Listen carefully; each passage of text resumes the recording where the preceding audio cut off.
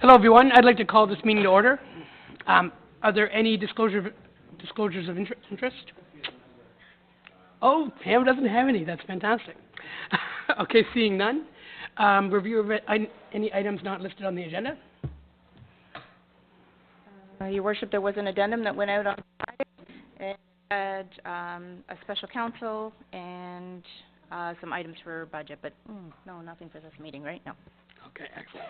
Okay, any announcements? How about we start with Gary?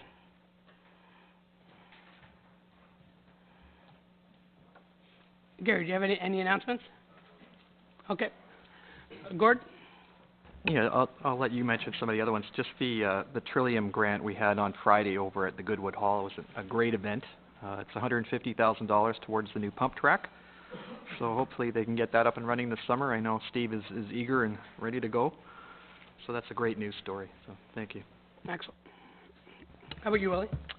Further to that, echo Councillor Hyatt's comments about it, and really to have the Trillium Foundation come out and say that, you know, Steve did a great job, Steve Snodden did a great job on it, on the brief, forwarding it in, and telling us to come back again tells us that that we've got great people working on stuff. And we will. And we will definitely be back to get future funding, because that's a real feather in our cap if we can get them looking earnestly at our projects that way. Further to that, Boston Pizza had their reopening on Friday just shortly after that, and MPP Peter Bethlenfalvey was there as well and joined us at both events, so that was fantastic. And just lastly, Uxbridge Bruins are taking on North Kawartha in the next round of the playoffs, and that starts tonight here in town, so hopefully we can get some people out to see that. Perfect. How about yourself, Pam? Well, a few things. I mean, it was a great Friday. I mean, between Boston Pizza, the Pump Park, getting the Trillium grant, and Boston Pizza, I can't say enough for Swap Meet, because she really is involving herself in the community, pitching in, communicating with the BIA, Chamber of Commerce. It's all really good. Saturday, before the plate screening was amazing. They only had 8 seats left, so it was a full house, and then a great number of people that went over to Second Wedge talking to the different people, the farmers, and so it was really good, and Second Wedge was just jammed also, and a lot of compliments about before the plate, and I'd like to see more of this so that people have a better understanding of agriculture and what farmers have to go through to put food on their plate. And just to remind people, this Friday is Women's Day, and apparently the Regina Monologues are back in town Friday night. And to think about, if you're a baker, on March 23rd, Experience is putting on a butter tart festival. So if you have a sweet tooth, this is where you need to come and buy some butter tarts. And you'll have all kinds to sample, and I believe our absolutely wonderful mayor is going to be taste testing. And if he has trouble and needs some assistance, I said I would lend a hand. Thank you. You're the butter tart expert, so I might pass that off to you. We'll see. Go ahead, Todd. I won't be at the butter tart tasting. Not a fan. I was able to spend from Sunday to Wednesday last week at the OGRA conference, Ontario Good Roads Conference, in Toronto with a couple of the staff members, and Dave was down a couple times as well, and a lot of good information. I was able to ask a lot of questions that I had in regards to different aspects of roads, with some really good feedback. I've already had some really good conversations with some of my colleagues here, and we'll continue to provide that information that was obtained. One of the interesting presentations went around the use of what they call 2-1 roads, which Highway 11 is looking at doing. It's based off of a Sweden project that went really well, and so I don't know if it's something that can be implemented in our region or whatnot, but it's certainly was a neat concept as far as moving vehicles safer and and en masse, so on Highway 11 in the northern part of Ontario. So That was really interesting. I It was was. beside you on that one. yeah, it was really good.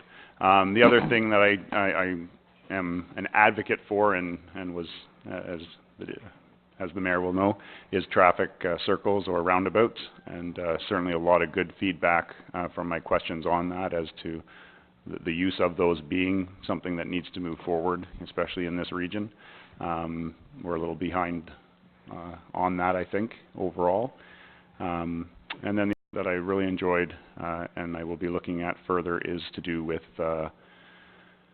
moving our seniors and even our youth and people that either with disabilities or just simply not able to get around themselves vehicle-wise, is some type of transportation other than the busing system that is currently in place.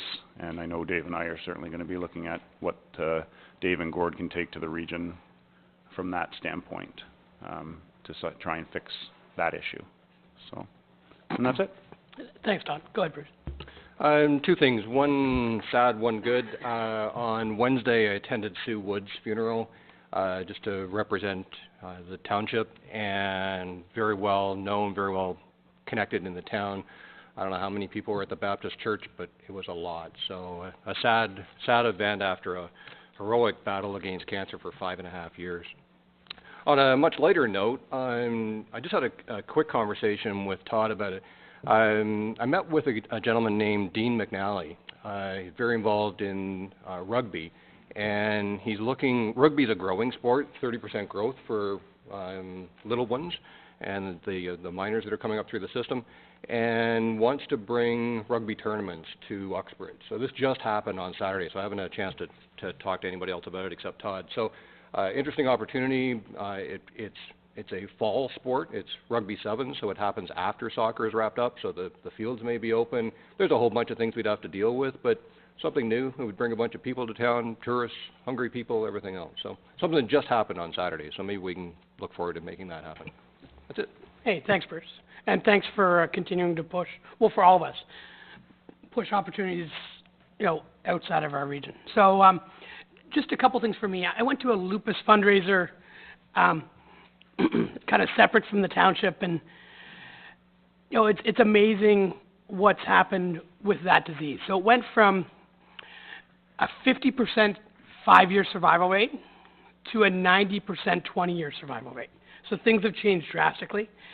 And then while I was there, I ran into the Minister of Tourism and Sport and had a good chat about tourism for Uxbridge.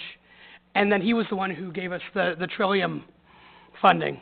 So interesting conversation. He wants to be more involved. He wants to be aware of what we're doing in tourism, and he's trying to double the economic benefit from tourism in Ontario. So lots of great opportunity for us to move forward.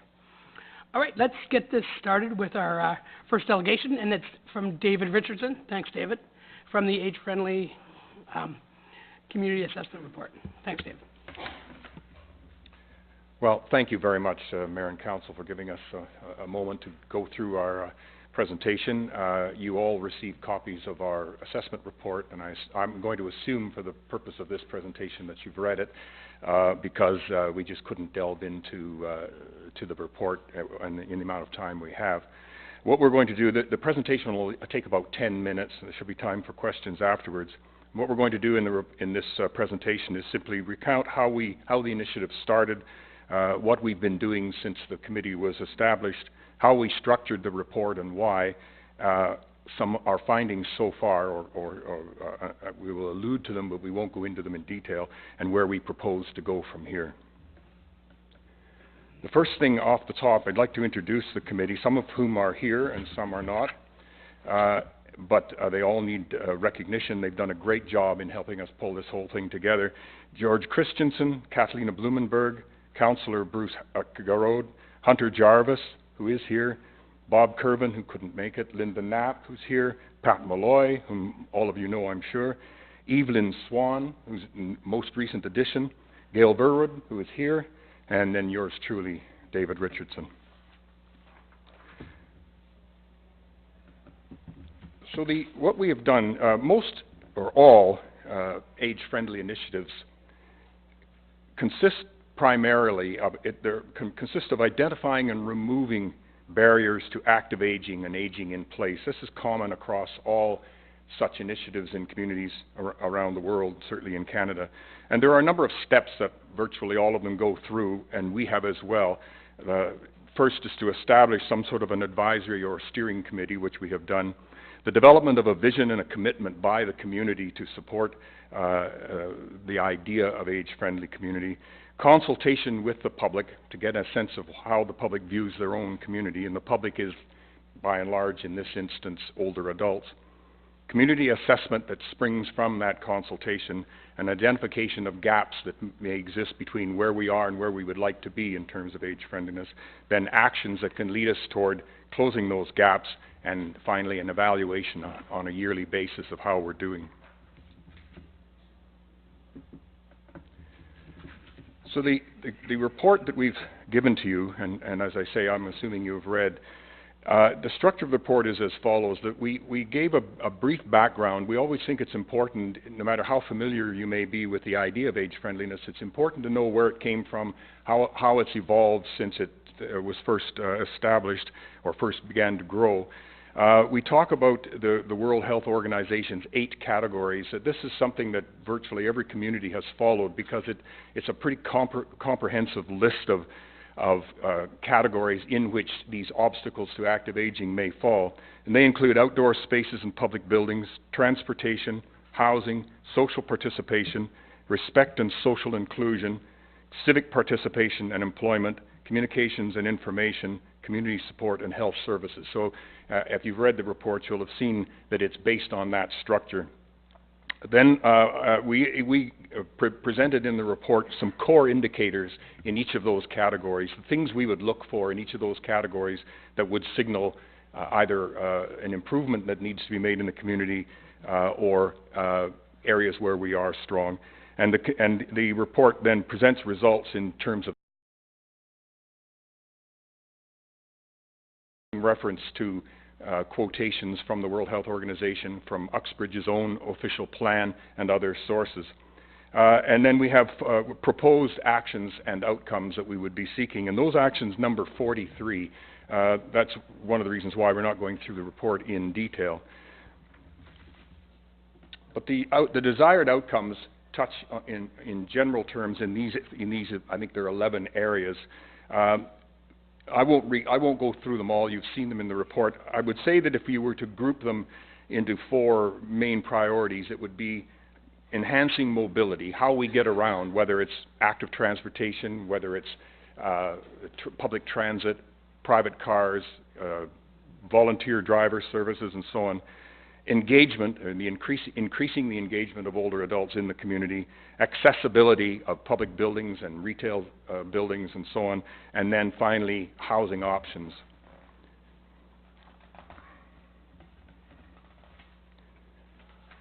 So as I mentioned, we have in the report there are 43 proposed actions. We term them proposed actions rather than recommendations because we see this as a formative report. We're giving you an initial assessment, and with your support and endorsement, we'll move forward from here. But there are 43 actions we believe we could begin to look at right now to make Uxbridge more age-friendly. But the one that I want to focus on is the number 1 recommendation, the first recommendation or first proposed action in the report, and that is that Council consider and endorse a vision of Uxbridge, which is, you can read, but I'll read with you. Uxbridge is a community that values, respects, and actively supports the safety, diversity, and well-being of older adults. We continuously strive to remove barriers that could lessen the ability of our residents to age actively in the community and throughout all stages of their life. We see this vision as important for a number of reasons. One is that it helps to secure support. You can refer back to this vision, you can talk about this vision, and it helps to define the leadership of the municipal government. It helps to rally the community behind something that they can relate to. It makes it less ephemeral. It also raises awareness friendly communities actually mean. And finally, but maybe the most important, it helps to attract grants because it shows in your grant application that this is a concerted effort led by municipal elected officials. Behind that vision is a declaration which we think is equally important, and that is that Council declares that it will work toward achieving and sustaining the vision using the best knowledge available from international, national and local research. We will ensure our decision-making and policies embrace this perspective. And Council will encourage all local organizations, individuals, businesses to adopt this declaration, and we will work with other orders of government to increase commitment and coordination on seniors' issues. And this is important, we believe, because it shows that what's going on here is not being done in a vacuum. This is part of a worldwide movement in recognition of the aging of the population, and it relates the vision and the commitment of Council to the day-to-day political and policy activities or decisions that you have to make. So in brief, it signals the creation of a seniors lens through which your decisions can be passed on a regular basis, so that you are, in fact, as I say, leading this movement. And it defines the leadership role of Council with business, service groups, individuals, and the community at large. And then backing the declaration are 4 principles. These are somewhat arbitrary, I suppose, because there could be a whole lot of principles that support this initiative, but these are the ones we feel are worth focusing on at the moment. 1, that individuals of all ages should feel respected and included in the life of the community, that older adults should feel safe in their homes and in neighborhoods and throughout the community. Transportation services should ensure that older adults are able to get where they need to go and where they wish to go without feeling they are a burden to others. And no one will be barred by mobility or resources from involvement in the social, civic, and cultural life of the community. We, as I say, as the number 1 recommendation in the report, we would request that Council endorse that vision and the declaration and the principles behind it. I'm sorry, I got behind, didn't I? Next steps, we would propose, first of all, with Council's approval, endorsement of this report and approval of the initiative so far, that we would, and we see, as I mentioned earlier, we see this as a formative plan. This is going forward into something more concrete. That we feel that what's needed now are a number of working groups established under this committee that would establish plans for, if not 8 different categories, perhaps 5 or 6, that have deliverables, that have goals and objectives and performance measures, so that they are actionable and that there are people named as being responsible for carrying the initiative forward, so that we can, at the end of a year, come back with an evaluation of how we've progressed. That's what we see ourselves doing with Council's agreement and support. And with that, I'll turn it over to you for questions. Okay, any questions from Council? Go ahead, Gordon. Thank you. Through you, David, appreciate your presentation. Just a question. Are you at the stage yet where you have topics for these work groups to be tackling, or is that sort of going to roll out as... Yes, no, we have, as a matter of fact, just as an intellectual exercise, I suppose, I looked at one that was transportation, and I thought this is the kind of thing that we would ask, that we would set up a task force to look at and ask them to do. Right. This is just draft, but I'll give it to you by way of example. Members of the task force might include Durham Region Transit, township staff, age-friendly committee, and the public at large users. Mm-hmm. The mandate would be to obtain ridership data for Uxbridge for the most recent 3-year period, determine cost of current service, determine current status of the Transportation Action Plan under the Durham Region age-friendly strategy, review current Durham Region Transit web-based and print scheduling,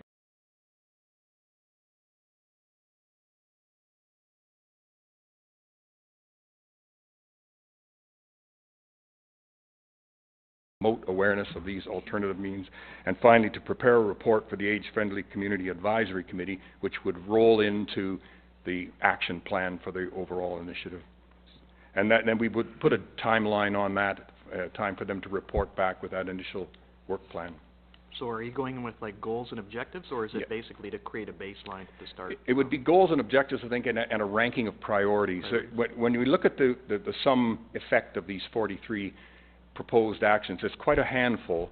Any one of these, certainly housing and transit, are very difficult nuts to crack. They are. So we would have to, we would look at what is doable with set goals and timelines, and then rank them in priority, and that would come back to council as the work plan, which we see really as your work plan. We're the committee that's advising you on how to put it together, but it's the township's work. Okay. Just on the transit, you might want to include Metrolinx in the... Yes. Absolutely, But yeah. certainly if there's anything I could do with DRT, or please let me know and We I'll certainly will, and there certainly is. I'll try and get that information for you. Yeah. Okay. Thank you, Dan. Okay, any other questions? Go ahead, Bruce. Just a comment to start with. First off, a thanks to the committee, and specifically for David's efforts. Brought the group together, and I think we were all kind of anxious to grab projects and run with them, and David, through some experience in a previous life when he lived out west, was able to provide the structure that really is necessary to go through all of this and generate this report. And this report, make no question about it, was completely, it was our input, but crafted by David. So thank you so much, and to the committee members for what's been accomplished. I like the idea. This is very business-driven, these next steps, so to come back, I'd encourage us, to come back with that plan, with timelines and specific deliverables. And I love the fact that we're going to do an end-of-year evaluation to be able to say, this is what we did do, maybe some that didn't get done, but to be able to mark our progress and then continue on in subsequent years as well. Mm-hmm. One thing I'd like to do is make a motion, and I was going to say make a motion that we declare Uxbridge an age-friendly community, and do so by, I was going to suggest that I read this back page on the report, but David's done that already, so I need a little help here whether I need to do that. But I would like to put forward a motion that we declare Uxbridge now an age-friendly community. Okay, and I would support that. Let's finish with questions from council, Okay. and then... I would Thank think. Okay. Willie, Gary, anything? Go ahead, Pam. Thank you. Thank you to the committee, yourself, for all the work. This is so needed, so important to our community, and, I'm looking forward to seeing what your suggestions are, what you can bring back to us, and amazing community. Thank you. Thank you, Councillor. And David and the entire committee, thank you for everything you've done. This is critical to our success. And when we create a town that works for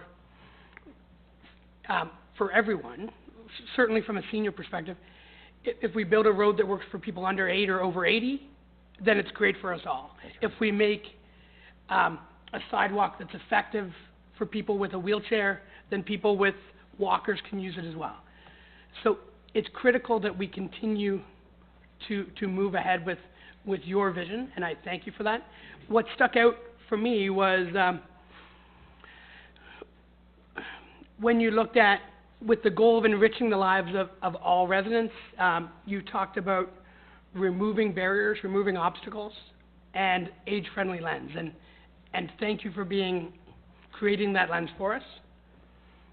And certainly from my perspective, anything I can do to assist you, I will. And Pat Malloy, the last mayor of Uxbridge, welcome back to the Chambers. We're happy to have you here. Okay. Go ahead, Bruce. Do you want to...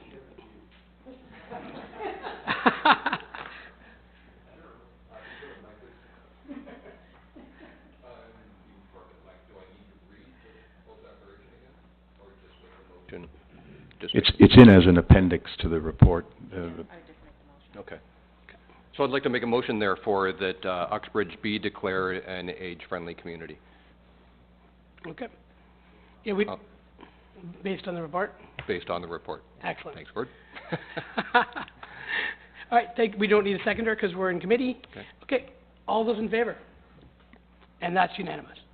Thank you very much, Mayor and Council. Thank you so much. Thanks, David. Okay. Next, we've got Trudy and Robert talking about a demolition agreement for 14709 Durham Road 39. Thanks, Trudy. Did you see? Oh, good. You've got it. Good morning. Thank you for listening to me. My husband and I are building a new house at 14789 Durham Road 39.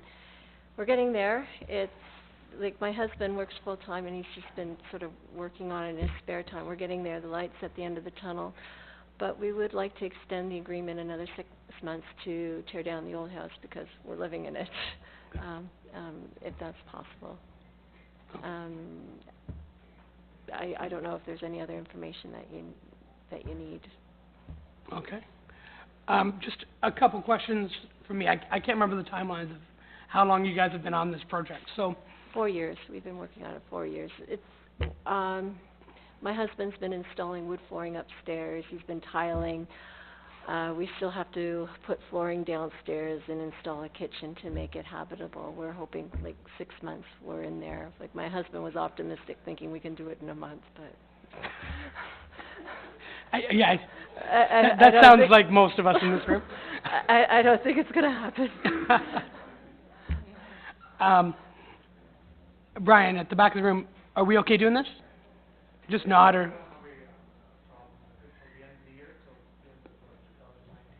Okay. Gary, this is your ward. Would you like to make a motion? With the mic, please. Do we extend for another 6 months? Okay, why don't we go till the end of 19? To the end of... 2019. Okay, sure. Yeah, the end of 2019. Thank you very much. No problem. Thanks for coming in, Trudy. Everything's good there? Okay, we didn't ask her any questions, but, okay. All right. Oh, all in favor? That's carried. Thanks for keeping me honest there, Deb. All right, next I think this will be the first one of these for the new council. We're going to have a Skype session from Aaron Bennett, who I think is in Boston. Either that or he didn't want to come all the way from Wood Newton. How do we move forward with that? Laura, we're gonna get it set up, we just need to get Chris in here. Okay. Do you want to take a 2-minute break? Yeah. Okay. We'll just take a couple-minute break until we're ready to go with the next deputation. Thanks.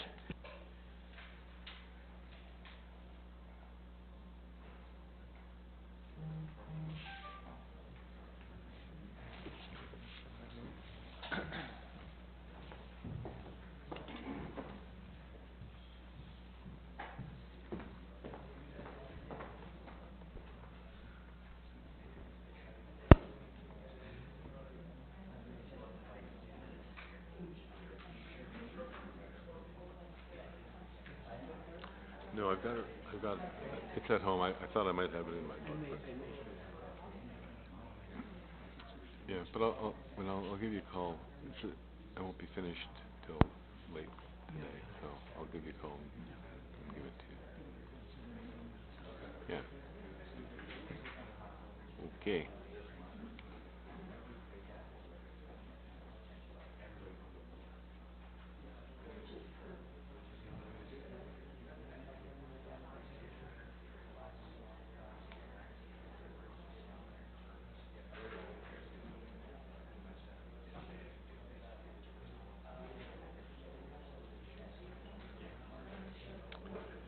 Here he comes.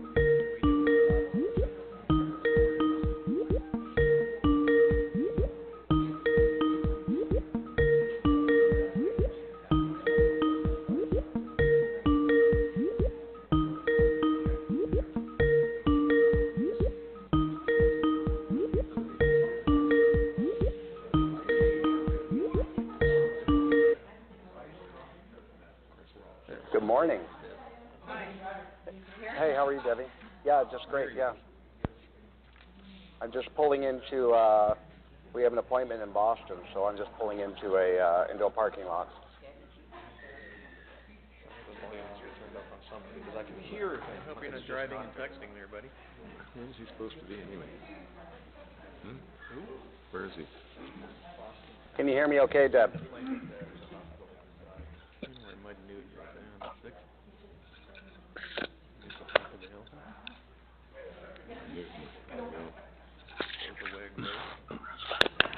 Whereabouts? I can hear you perfect. Can you hear me okay?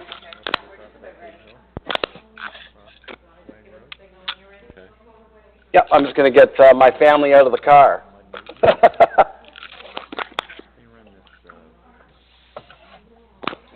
Hey, Cora, out you go.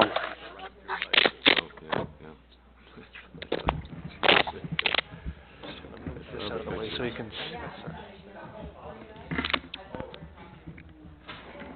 I'm ready. You guys are ready. Move this so he gets a better view of everything there. You're not driving, are you?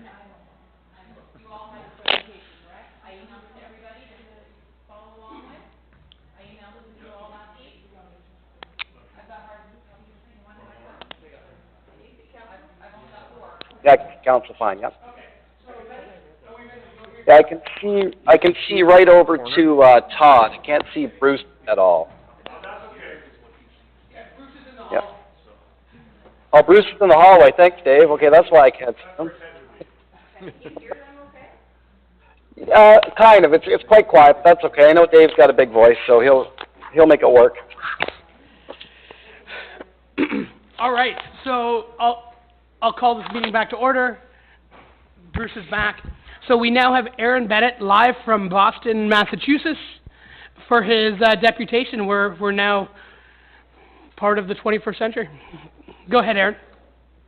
Okay, well, thank you, Mayor Barton. Thank you, councillors and everyone in the audience for attending the meeting today and having me. As you can see, I'm remote from Boston, so I appreciate you allowing me to dial in this way. So I'll get started. The reason for this meeting for me is to just introduce some of the new councillors, what's been going on at Woodnewton Farm over the last actually 10 years now. And then just to give you an update of what happened in 2018, and basically what we've been up to, and to request a formal request to hold an event of this year in 2019. So if we go to the second slide, Woodnewton history, just for new council members who have not heard Woodnewton, this farm was purchased back in the 60s, and in the early 70s was turned into a cross-country ski resort and a Christmas tree farm. And then 1976, you can see that picture, the lower picture, I was actually working, in 77, sorry, that's the first day I was working. I would help drag trees out. That's not me, but I've been working at this farm for much most of my life. Moving forward, in 2020, we're designing a new farm plan because we're currently growing Christmas trees, and we're moving into daylilies. We have about 400 different varieties of daylilies right now that we're propagating. So just to give you an idea where we're going with that. And of course, we've been planning events. If you want to move to the next slide. So Woodnewton, of course, the farm, it's a 200-acre parcel located just south of Lag Road. Many of you may know where this is because Slabtown Cideries, Jason Fedema and his family purchased the property of 100 acres just south of us. So any councillors have been into two of Jason's facilities. You look north up the hill, that's actually the Woodnewton property. Next slide. So over the last 10 years, we've been holding various events. When we first started this, we held events on multiple days. And then looking at zoning bylaws, etc., we came up with this, with working hard with the town to come up with a special events permit for private property and property that's not zoned specifically to hold events. So this is part of this invitation is part of the formal application process to apply for an event for 2019. But you can see one of the very successful events we held this event from 2011 to 2014. It was called Mud Newton. It was a mud run. You can see it was quite an exciting event with lots of mud. We had a lot of participants. We were up to almost 800 participants one year, which is quite a bit for this small event, limited advertising, limited budget. So, and overall, this event provided fairly substantial donations relative to the size of this event to local chapter Jumpstart. Moving forward to the next slide, slide 5. In 2015, saw the decline. We forecasted that there's a change in mud runs. We noticed by 2014 our numbers were starting to drop, so we came up with a new idea, a smaller event, Fork in the Road 5K. Basically, this event is a run across a trail event. It's almost choose your own adventure. You come to a sign and you have to go left or right. So the seasoned runner would enjoy going the wrong direction every time, because this would give you about 8-kilometer race, and if you pick correctly, you get a 5K trail run. Interesting, this last year in 2018, we had a little bit of a snag, stepping sideways or backwards to the April event held in Uxbridge, the Run for the Diamond. Jay Glassman is the race director for that. As you all know, the event was sadly canceled. So working closely with Jay, we opened up free to 100 free runners that can transfer their bid numbers to our event. And I think people really appreciated that. We had about 30 people show up from Run for the Diamond. So I think that's a nice collaboration that we developed with Run for the Diamond. We started this with Catherine Shepard, when she was race director, and now I've become quite close with Jay Glassman as well. So fun events, as you can see, all these events are in support of Jumpstart. And then moving to slide 6 is another event that's held simultaneously with our running race, held by Fly Racing. So this is Sean Ruppel, a local resident. First started in 2010. So this is actually a 10th year in 2019. And so we've been hosting this event with Chico Racing and Superfly Racing, and it's been extremely successful. The very first year in 2010, we had the Ontario Provincial Championship, and through there we've been holding an Old Cup race, so the Ontario Cup Series, usually race number 1 each year. And just as you know, it's been quite exciting, I think, for Uxbridge, because we've had Olympians show up. So people like Emily Batty, who has, of course, been to the Olympics and placed quite well in the World Cup finals this year. And we also have Tyler Horschel, a local resident who's now representing Canada past year in cyclocross worlds. And, of course, our local hopeful for the Olympics, Haley Smith. She has raced almost every year that Wood Newton's been running, so it's kind of nice that we've been able to provide this venue for some of these developing Olympic athletes. So moving on to slide number 7. Of course, without this sponsorship, we couldn't do this race. This is mostly the Fork in the Road race. And as I explained to earlier councils, we're trying our best just to use local sponsors. As you can see, Pat Higgins from Canadian Tires, very helpful with supplying things to help out with the race, tents, water, etc. Johnny Smith, so John Raddick from Uxbridge Shoe and Repair has been donating some gift cards. Rip tenure of our race, and Andy Cohen from Body Fit, Eric Webster from Team Promotions, who provides t-shirt packs and anything like that. And of course, Dan Pollard from 105.5, Rob and Joanne from the Second Wedge, and now Jason Fedema from Slaptown Ridery, and of course Adam Wilfer from Chico Racing. I'd like to really shout out to, of course, these Rondo Insurance for all our insurance needs, and Jay Glassman has been really helpful. I don't know if you've met Jay. He's actually here, lives here in Uxbridge, so he's the race director for the Uxbridge Half Marathon. He's actually the race director for the Toronto Marathon. And of course, we have some external sponsors, Weetabix and HelloFresh. So very pleased to thank them for helping us for years. Then moving to slide 8. I'll be quick here. Of course,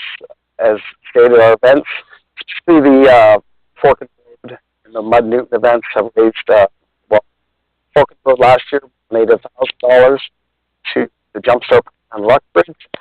And I'm talking to Pat, and Amanda has the number, but we think it's over $15,000 we've raised, through these events. So it's quite exciting. Add a note for this, people would ask about what happens to Superfly. Superfly Racing has contributed some of the money to this, but over the last few years, I've talked to Sean about instead of giving money to Jumpstart, he's been funneling money more towards shredders. The local youth development for mountain biking.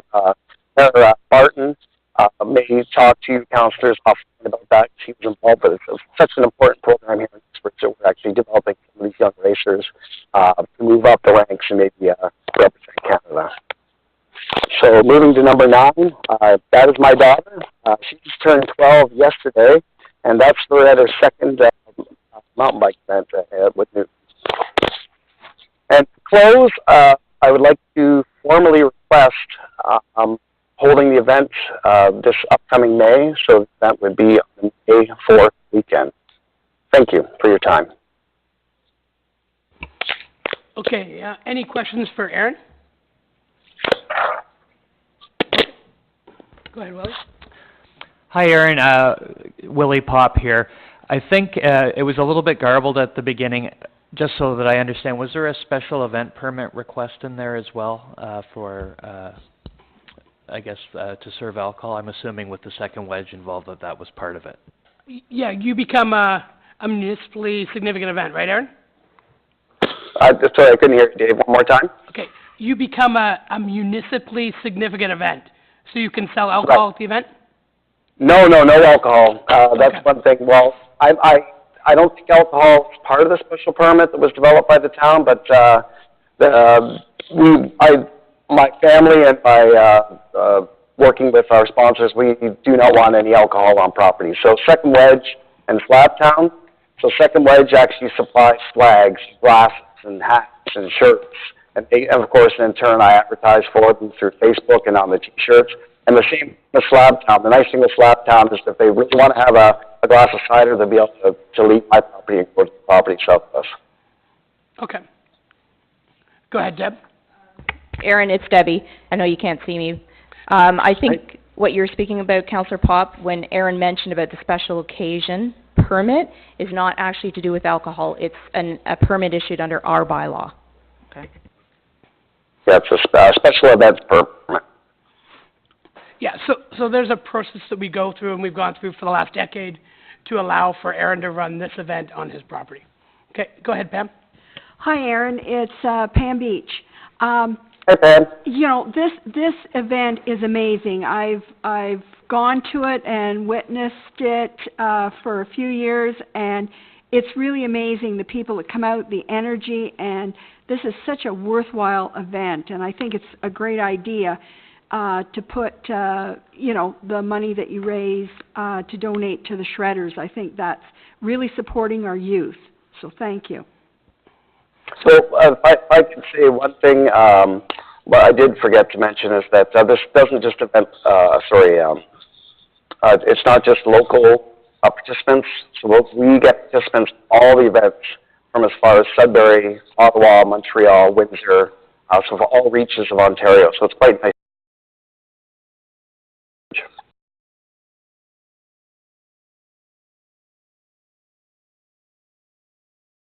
I would like to make a motion to support the special request for a special event for the Fork in the Road and the Ontario Cup mountain bike race on May 5th and 6th this year, and I think it's a great event. Okay, so all those in favor of Pam's motion? Okay, that's carried unanimously, just so you know, Aaron. Thank you so much. No problem. And then, Aaron, just from my chair here, thanks for what you're doing. Thanks for bringing people to Uxbridge for the trail running event. Thanks for giving so many people access to your property, including the shredders. I love riding on your trails there when I'm allowed, and thanks for what you're doing in town. Well, thank you, and then we could thank the original owners for designing that beautiful trail system for the cross-country skiing. So thank you so much for your support. Okay. All right, thanks, Aaron. You can drop off if you want, buddy. Thank you for taking the time. Cheers. Take care. May 4th and 5th? Okay. It does. We need to work on the laptop, and the sound was a little bit garbled, but I think it might have been halfway between his phone and us. Oh, yeah, 100%. Okay.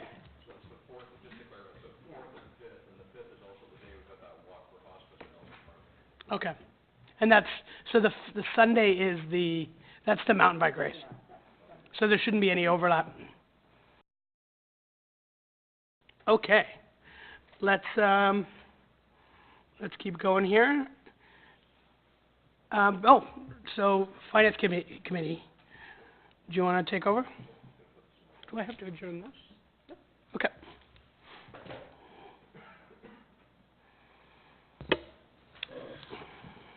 How come finance is always first? Just saying. We can switch it up for the future, but you have to. That was from the previous chair, asked it to be first. What's that? Oh, he did he? Never did like that guy. Okay, I'll call this Finance Committee to order. I just need to get my document in front of me too. 1 second.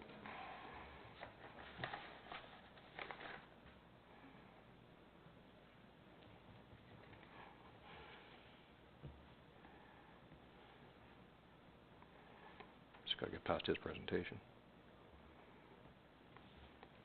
Okay. First item is the Durham District School Board intention to adopt a successor education development. This, I believe, is just to receive for information. Yep. All in favor? Okay. Carried. Who did you use for that? Who Moved by Willie. Okay. No secondary, you're good. Don't need it. All in favor? Carried. Thank you. No problem. Keep me honest.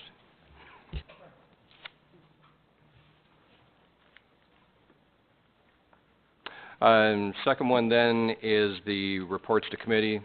We have one from Bob Ferguson regarding the warm and cold brine header replacement. Yeah, I might as well. Bob, do you want to just come up and speak to it?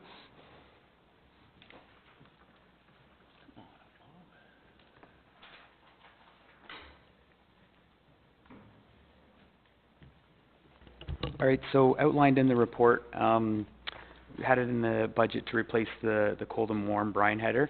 There's quite a bit of lead up to getting the actual scope of work done, so that's why I'm seeking pre-budget approval so we can get things in place, because we have a short window when the ice comes out to replace the headers at the arena.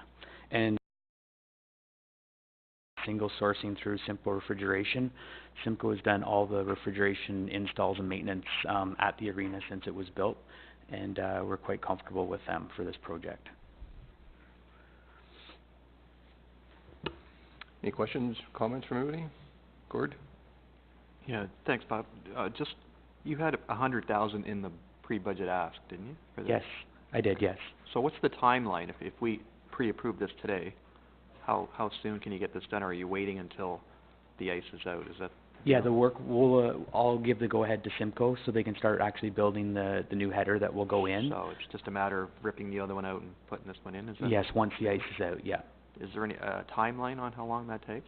Like if they think when ran we did into the a last delay one or whatever? You Oh, know? no, the ice is out, so it doesn't affect any of our programming because they can still use the pad for lacrosse and so forth. So the brine header is actually outside of the ice surface, so there's no impact to the day-to-day use of the building. It's just it can't happen when the ice is in.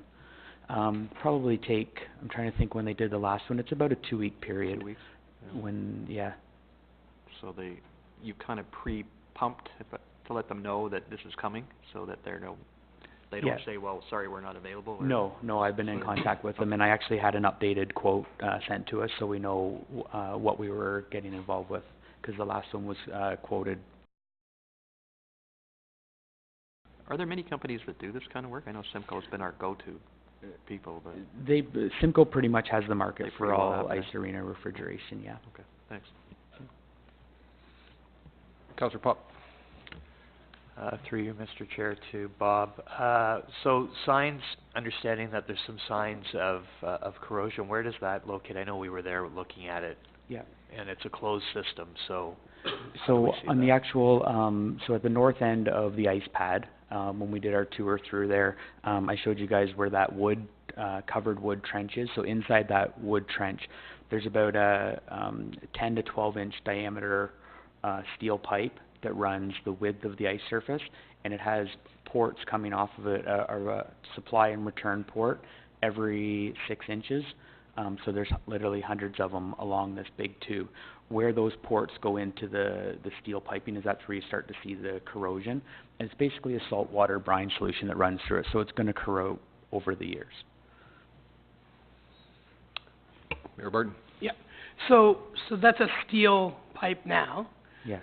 Are they doing anything with Plastic? any plastic now? No. So new systems now, what they're doing is if they build a rink, they're burying, which is done on pad 1 at our building. They bury the header trenches now into the ice surface. So basically where the blue line is of your ice surface, that's where the header trench is buried now. So in a new construction, that's what you would see. But in a replacement or a rink of our age or whatever, they don't go to plastic brine headers. The pipes that go through the concrete are plastic, but the headers themselves are not plastic. Okay. But we wouldn't have the same requirement for pad 1 because that one is plastic, correct? It's enclosed in the concrete. It's And it's buried in plastic. the concrete floor, yeah. And it's plastic.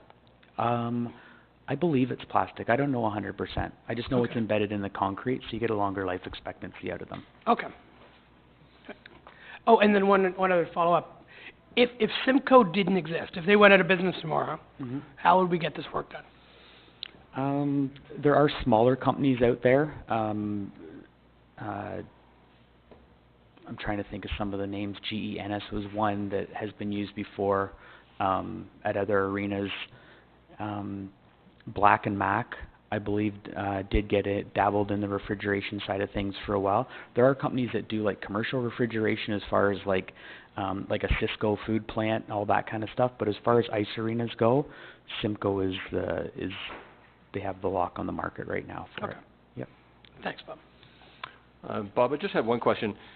When we look down, it's coming up further on the agenda, when we start going through all of the accounts, I see recurring bills with Simcoe. A lot of it's just preventative maintenance. Yeah. Do we get a period where we get some relief from that? Once it's new, do we get a 2-year bumper-to-bumper type of warranty where we don't have to have those recurring bills? Absolutely. There's warranty on any piece of refrigeration equipment that goes into the building. There's just so many pieces that are in there. So Simcoe comes in and does yearly maintenance on our compressors, basically we do like a top end overhaul. There's 3 of them. We rotate it every 3 years, as well as oil changes, just like replacing like your vehicle maintenance, right? Those are the type of things that you see Simcoe bills come in. And then other things, and I know just recently there's a lot of gauges that monitor pressures, flow rates, temperatures, that sort of stuff. So you always want to make sure that they're working. So if one of those go down, we just replace the brine pump pressure gauge, that kind of stuff. That's what you'll see the Simcoe bills come in. And then obviously in the summertime when we're shut down, It drops nothing. off. So there's no significant savings. Once this new header goes in, it wouldn't be a savings on the recurring, because they're in doing other things as well. No, Yeah, okay. no. Any other questions? So regarding the recommendation, make a motion then? Okay. Okay. All in favor? Carried. Good, thanks, Bob.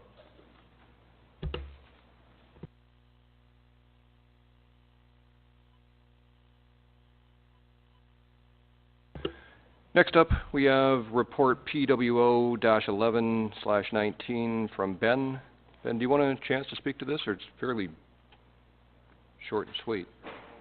Pardon me? Yeah, it's pretty straightforward. To me, it's been tendered Looking for approval to go ahead, with the purchase from Lewis Motor Sales. Go ahead. Yeah, just a couple questions on this, Ben. So the Lewis Motor Sales, that would be international?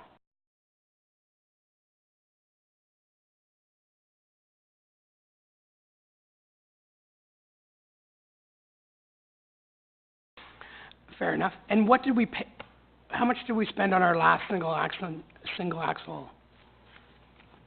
You mean to buy? Yeah. It was quite a while ago. Might have been, oh, I forget when it was. Okay. I can find out. I'll get back to you. Okay. And then just another follow-up. Which truck are we gonna replace with this one? One of the routes in town. We have 3 single axles in town. Yeah. So, that would be the one on the truck on the east side. And is it the oldest, or is it one, I know there's a gap of time when, because of the new emission standards, there's a few years that you weren't getting your best trucks there for a while, just because the emissions changed so quickly. I hear there's some maintenance issues. Some maintenance issues with this one, but it's not emissions. It's, okay. It is just an older truck. Okay. Yeah, it's 12 years old, I believe. Okay, so in this case, we're replacing the oldest of our fleet. The oldest single axle, I believe, yeah. Okay. All right, appreciate it. Just out of curiosity, what happens to the old one? We send them to auction. Okay. Once we get the new one, we'll send the old one to auction. Okay. So there's a couple of places we've tried. Right now, we send them down to Guelph, Push Lynch. There's a big auction place down there that they get a lot of municipal stuff. Like, they take all of City of Hamilton, Kitchener, Waterloo, all of their stuff. So. Okay, thank you. Willie, Councillor Hyatt? Thanks, Ben. Is this fully decked out, or do we still need to put the blade and stuff on this, or is that? No, it's complete. That's all in? Yep. Okay. I know Ben did a tour, I guess we all remember that at the beginning of term, so, when you see the price tag for some of this equipment, you realize where the tax dollars go, but, again, we do a great job of maintaining it and extending the lifespan of our vehicles, but unfortunately, there comes a time when you need to replace it, so when people ask you where the tax dollars went, you can justify it. Councillor Pop? Through you to Ben. Ben, international versus Freightliner, is there benefits to one over the other? I mean, tomato, or? Not really. Not They're really. about the same. We have international, we have a couple of Max, and we have 2 or 3 Freightliners. So. And from our mechanic perspective, easy either way, then it sounds like you're gonna have no concerns that way. Yeah. Okay.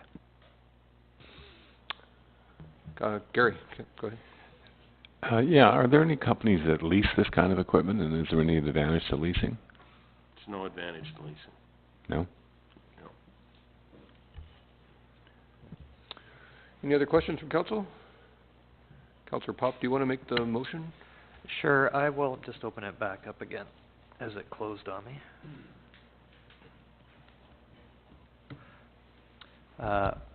Move to follow Ben Kester's recommendation to receive for information and provide pre-budget approval for tender U19-01.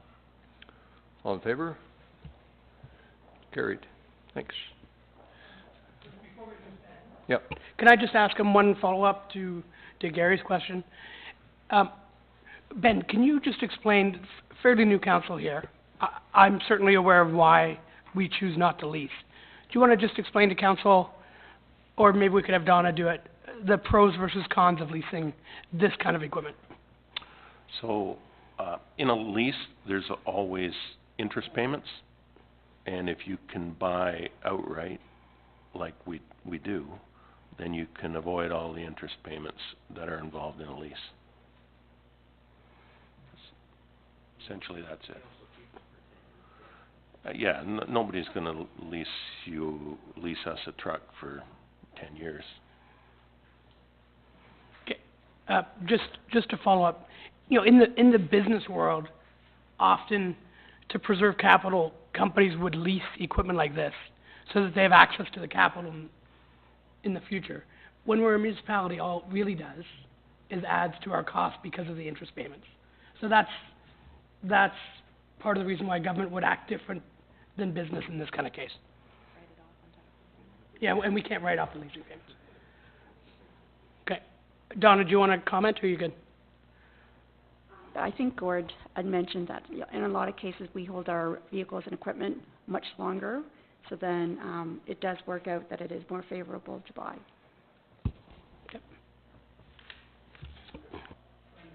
Good, thank you. While you're there, Ben, I don't think there'll be too much in the way of questions, but the next report, PWO-12/19, presented by Ben Kester regarding the tender for tree removal. We've got the 3 quotes ranging from $33,000 to $73,000. My only question, Ben, was would somebody like Davey Tree come in and just throw it at the wall and hope it sticks, or do they have a different understanding of the scope of work when they're $40,000 more than the others? It was pretty explicit, Yeah. which trees we wanted, like, we GPS them all, we include maps and Yeah. everything, so. No confusion. Guess he was just hoping. They may have more traveling time as well. Yeah. Any questions from anybody else? Get some, no? Gord, do you want to make a I was motion? gonna ask you a question, I was gonna motion. Okay, go ahead. Just motion to receive for information and, allow Ben and his team to, award the tender as indicated. And yes, move the recommendation. All in favor? Carried. Thanks, Ben.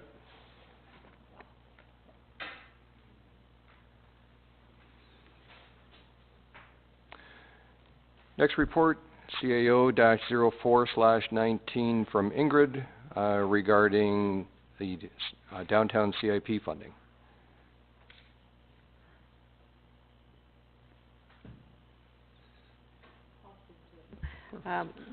We had talked about this only during budget at this point, and there was some discussion as to whether or not we should have 10,000 per application or whether we should look at 5. What we're thinking is there are some companies that are out there that are looking at the possibility of making their businesses accessible, and we're thinking that if we can go with the 5, we may be able to fund more than giving 10. And what we're going to try to do as part of our 2019 program is also try and promote that whole accessibility piece as well, and try and see if we can get businesses to start thinking with that lens as well. So, Councillor Hyatt. Is everybody familiar with the CIP programs? Because I know we're talking about it, but if you don't understand it, it's a little confusing. I know Ingrid, Reader's Digest version as to how we got to this point from where we started. all right, the township has 2 CIPs, one for Toronto Street Corridor, the other for downtown, and it basically downtown, it picks up a lot of the side streets. And there are a number of options within the CIP.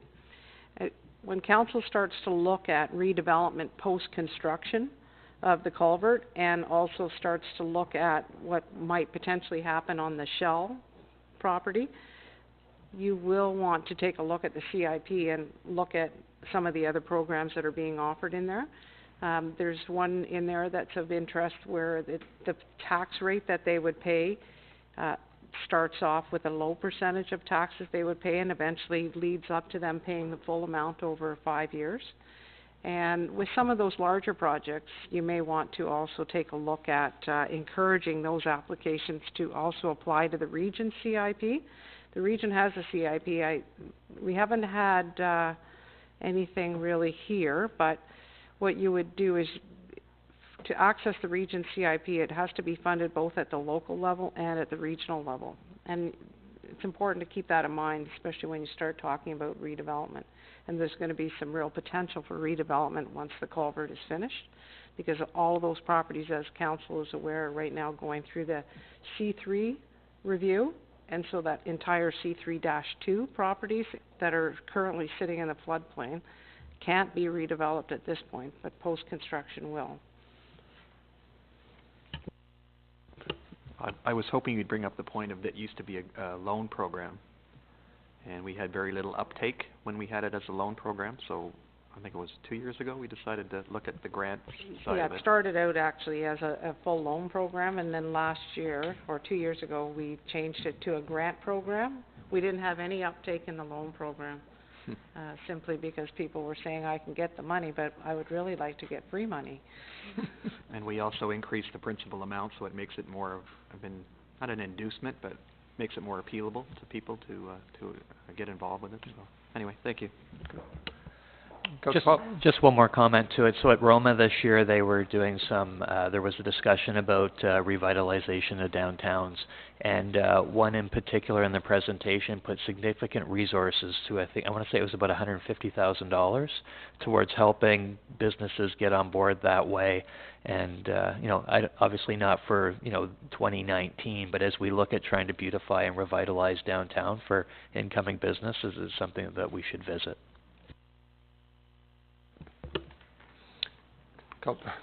That'd be Mayor Barton. You can call me Dave, it's fine. So, just so you guys are aware, what's the marketing company that's just on Baskin? Viper, there we go, thanks. So Viper Marketing got access to our CIP funding, and the building looks significantly better. So, it's amazing how much can get done when we give kind of a hand up with this type of program. And we need to make sure we continue with this, and we have lots of flexibility when it comes to CIP funding, so we can fund things that will make things significantly more accessible and better for all ages. If you think of back to our age-friendly report, all ages to be able to use our downtown effectively. So I just wanted to make a quick comment. Thanks, Bruce. I can see you this time. Councillor Beach. Thank you. I just wanted to make a comment. I think it's a great idea to do the $5,000, and really encourage people, the businesses, to create more accessibility. I think that is a wonderful idea, and it really supports everything else that we're doing. And I'm trusting that more and more people will take us up on this and utilize this program. Great, thank you. Councillor Hyatt. Just as a final thought, not to belabor this point, but I think this in combination with the C3 that we're doing in the downtown and the considerable shrinking of the floodplain due to the culvert project will transform eventually our whole downtown. It's going to raise the value of those properties, so from Donna's perspective, our assessment should go up, hopefully, because of this whole thing at the end. So it's a win-win for everybody. The merchants win, the property owners win, and the township will win eventually too. So it's a great news story. That's a good point. Councillor Snooks. Are we ready for me to motion that we accept the recommendation as in our report? All in favor?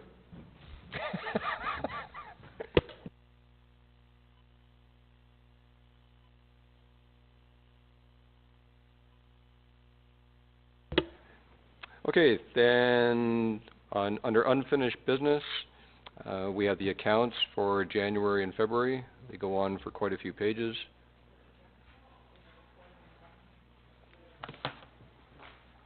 On which? On the addendum, okay. Okay, yeah, thank you. Yeah, thanks. Nice save.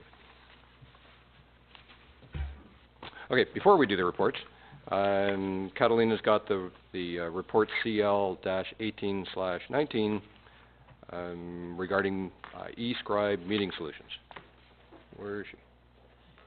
I just looked up and there she isn't. Okay. Mr. Chair, I think probably the best approach with this, if you wouldn't mind, is that we ask that it be referred to the budget meeting for discussion. Does that make sense? Are we okay if we Thanks for coming. You can run back in again. That we defer this item to the budget meeting this afternoon at 1 o'clock. Great. Thanks, Gord. All in favor? Thank you. Thanks, Catalina. Don't go far.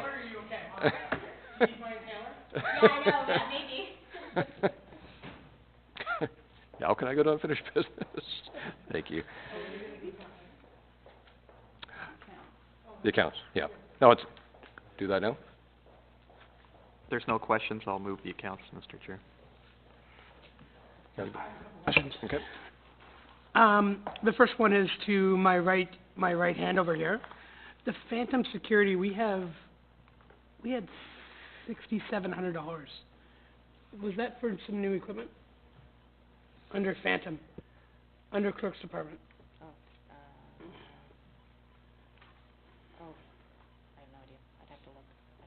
Okay, it talked about access control, that's all. And then... Probably our licensing. Oh, was it? Okay. And then just one other comment. The cannabis meeting equipment, Shooting Stars, that was really good value for our money. So that audio equipment cost us $226, and the audio for that meeting was done perfectly. Local company totally stepped up. I don't know how he made any profit on that, but we need to make sure that when we're running meetings like that, that it's effective for us all. If we're going to run it, then let's make sure everyone can hear everything that's stated. On that same company as well are the ones that are doing Remembrance Day. And for years and years, you couldn't hear anything at Remembrance Day. And then he stepped forward, and I think everybody now can hear the entire service.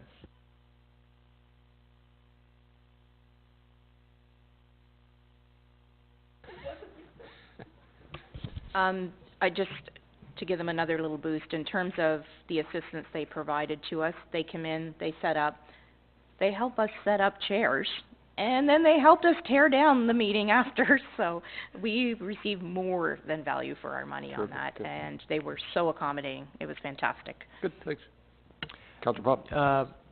Just one more to Donna. So, we're 2 months in. Do we do a quarterly check versus, just now that we've got more accounts and looking at the end of March coming and a little bit of time, do we do like a quarterly year-to-date versus plan sort of thing, or how do we account for things?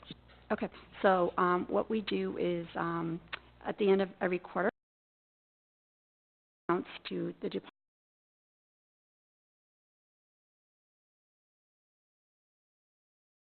Not for the first quarter, but for the second quarter and third quarter. And then, of course, at the end of the year, your budget packet.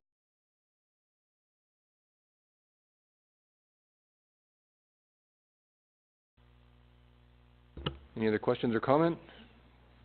Back to you then again, Gord. I'll move the accounts, Mr. Chair. Okay, all in favor? Carried. And we'll,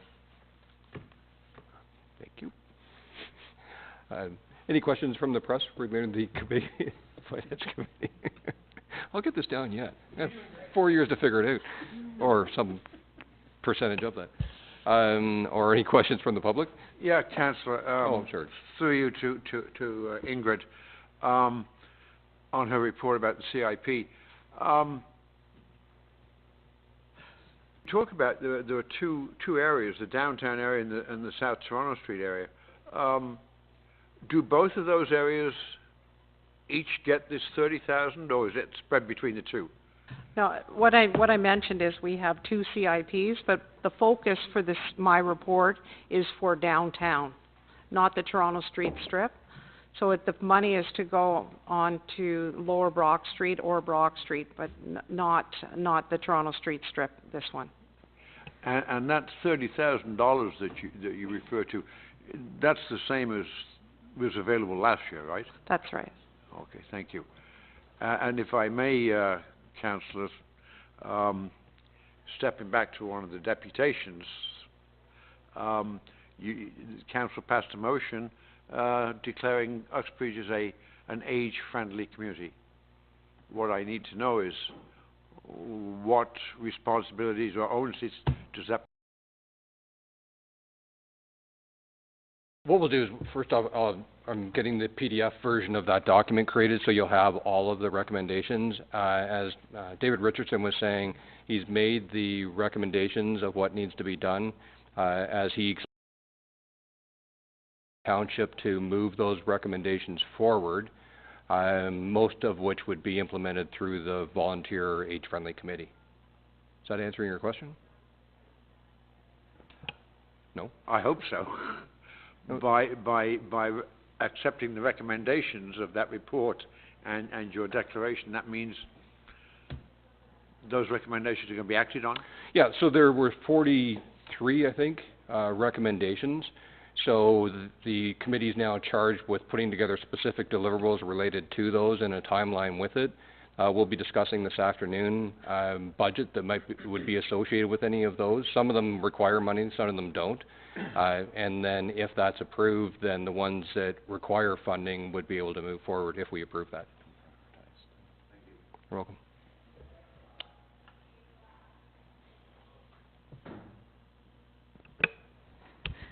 I heard the amount of 10,000 mentioned during Ingrid's CIP report.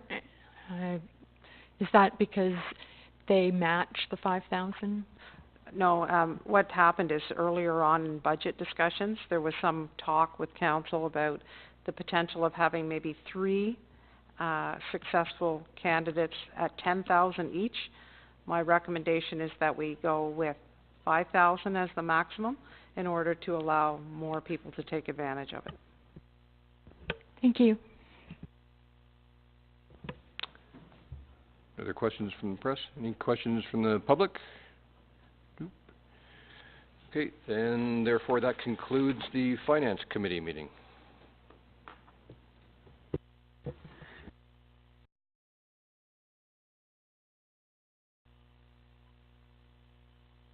It'd be nice if we could. Yeah, it's fine with me. Okay. So what we'll do, in the interest of making best use of people's time, if everybody's okay with this, we'll move to other business under, move to Public Works Active Transportation Committee correspondence related to Chuck Young. For committee, but are you okay with that? Needs to go through that? Okay. Okay. Okay, so we've concluded the Finance Committee meeting.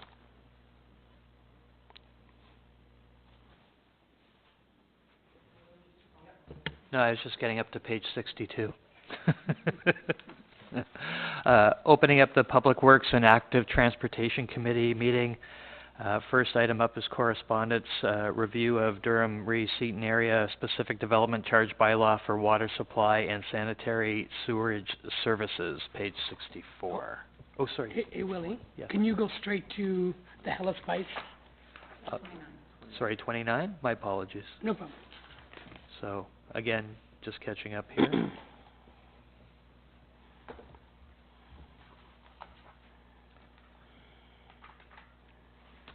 Moving to item 29, Chuck Young, Hella Spice, request to move gate at the end of Capstick Lane, Bonnerfields. Chuck, could you come up and talk on behalf of us? Sorry, need a motion to hear. I'll give you that motion. Yeah. Hey. We need a motion. Yeah, motion to hear provided by Councillor Hyatt. All in favor? All in favor? Carried.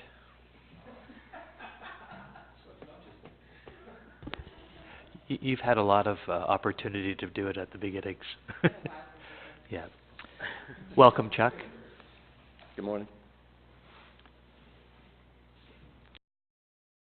So with regards to, if you could just kind of take us through where we're at and why you're here today, just to let the council know in a little more detail per the letter.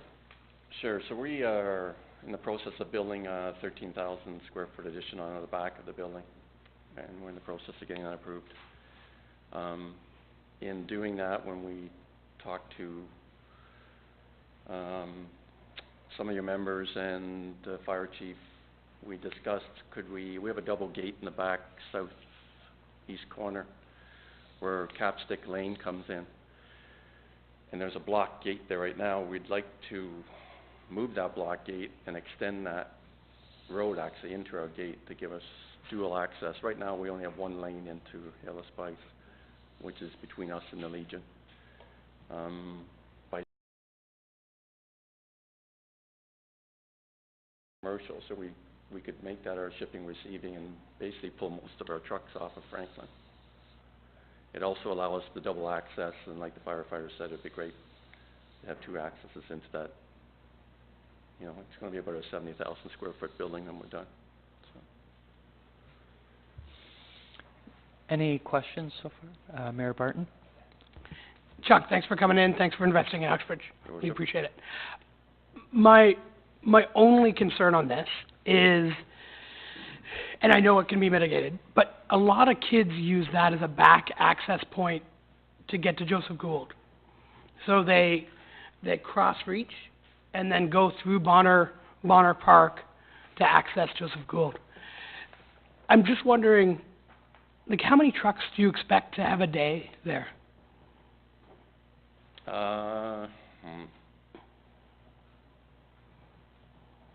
15 to 20. Okay. And those would be like 48-foot trailers, fairly large stuff for 53? Yeah, 28-footers, tractor trailers.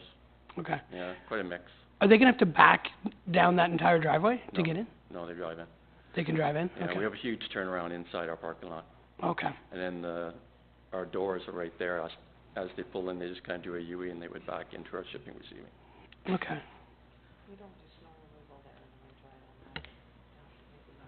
Actually, I can talk to it because I had a call about that this week. I believe the region does a little bit because of the pump station that's in that area, but they've stopped doing a portion of it. They've basically lifted the blade and then gone up to it because they didn't want the liability for it. So they've got a contractor that does that. So one of our really important to this conversation is one of the residents is bringing his snow blower down there to actually allow the kids and seniors to get through that area to get to school. So, would you like that? Yeah. So I'm assuming I have to request to have Ben. I don't. Okay, great. So Ben, could you please come up to one of the mics and speak to this, please?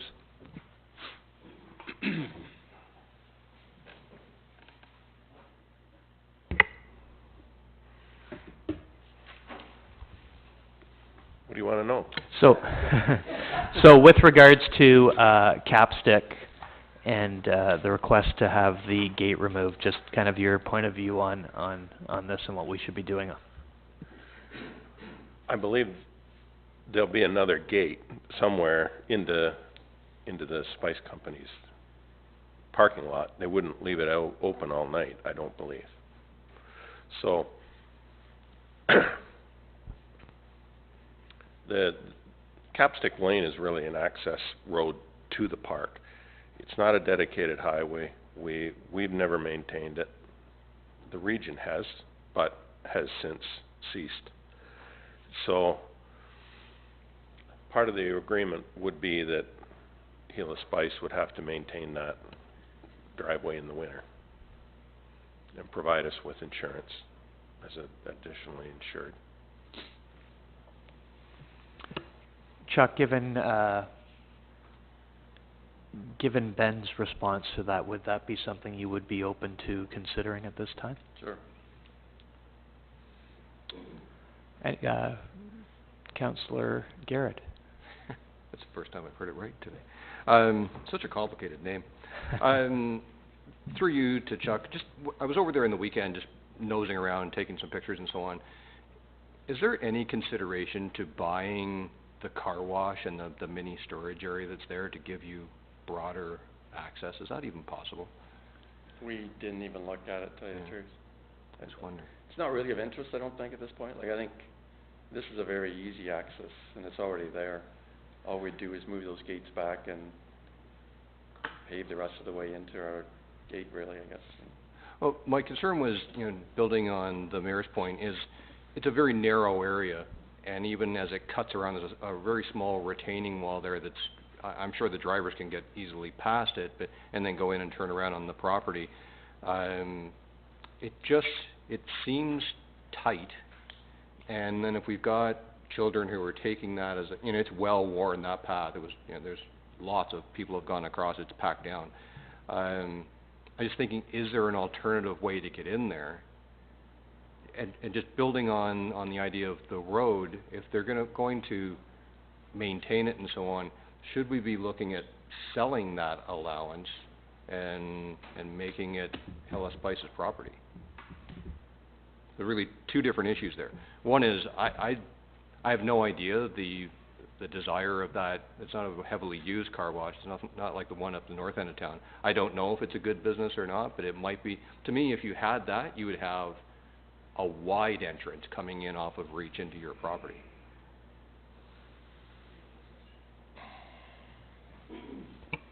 Yeah, and I know where you're going with that, and certainly from a car wash perspective, if that was part of the Spice Company's business plan, then that makes sense. That would be an expensive. There's a lot of infrastructure there. That's probably worth, I don't know, $500,000 minimum. So I'm not disagreeing with you. I think we can find a fairly cost-effective solution to get the trucks off Franklin. The only concern I have is trying to create some sort of pathway to make the kids that are going to use that access point, because kids will go, if it's 30 seconds quicker, they're going to go that route. Just make sure that we have them in the safest place possible, while still, again, supporting our local business and getting trucks off a more busy pedestrian area, which is Franklin.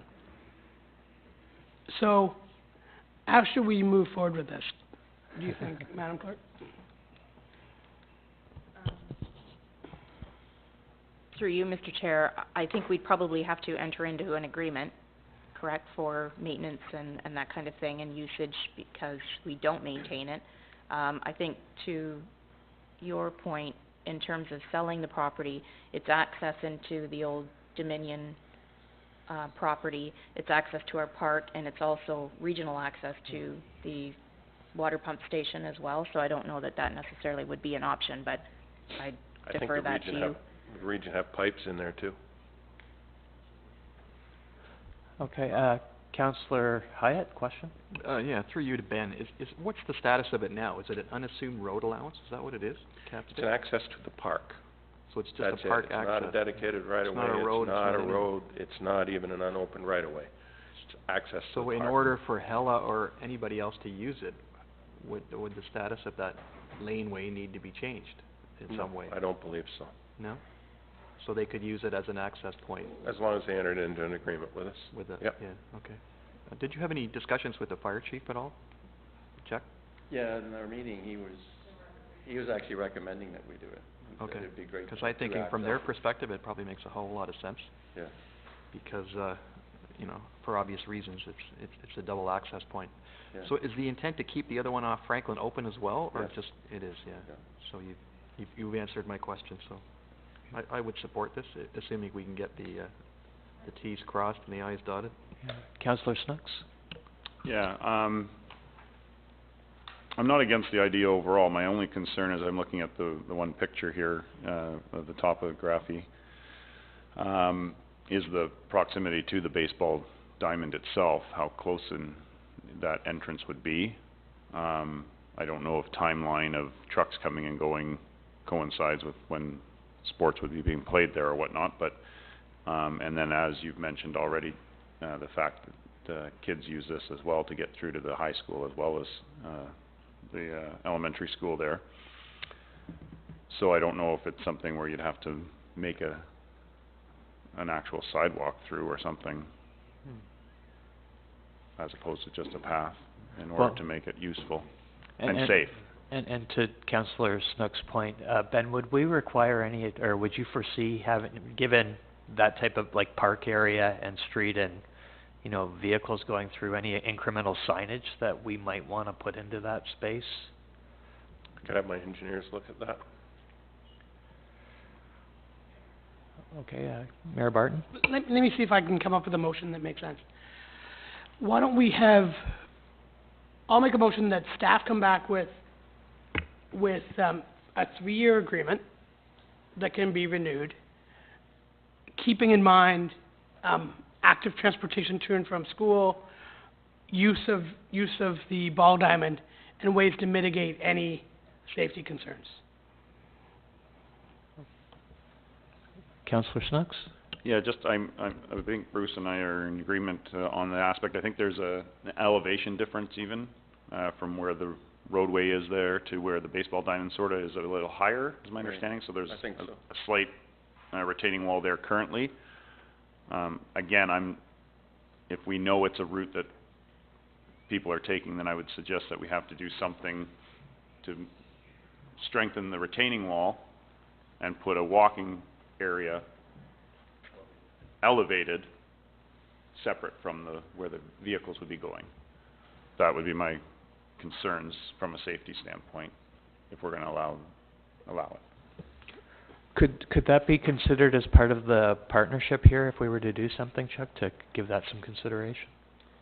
Yeah, I think it's open, really. You know, I wrote a few weeks ago, and I'm really open to looking at how we would design it, how we take the gate out, you know, walkway. We are also concerned about the safety too. We wouldn't, if we have to put some kind of wall there where it just shows people you walk this way, stay off the road, that's good too. So yeah, we would be, you know, we're willing to work whatever you think needs to make it safe and accessible, really. Thank you. And we do, our business is basically shut down at 5, so weekends and nights if they're playing baseball, it should be wide open. There shouldn't be anyone there. And we'll have those gates locked every night usually. Okay. Councillor Barton, do you want to amend your motion based upon, or sorry, Mayor Barton? Commentary?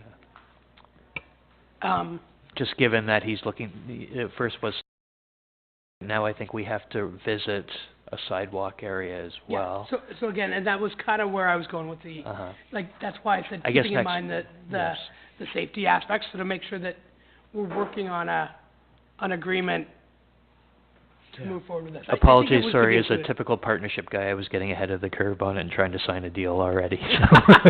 Let's have them come back with a deal that makes sense. Great. And then we can work at signing it.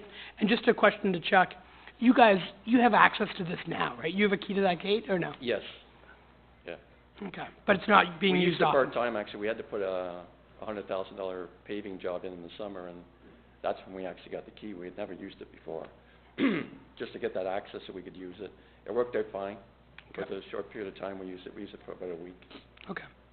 And then it just kind of, why aren't we doing this more often?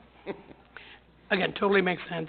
So, do you want me to change my motion, Mr. Chair, or are you okay with how? I'm okay with as what you. To mitigate safety concerns for the kids and the park, I think you've got it covered. Okay. Okay. So, Mayor Dave's got a motion on the floor. Those in favor? Carried. Thank you, Chuck. Thanks. Do we want to keep Ben here now for the next item under reports? Or do we want to just, yeah, I guess it is too, so. Okay.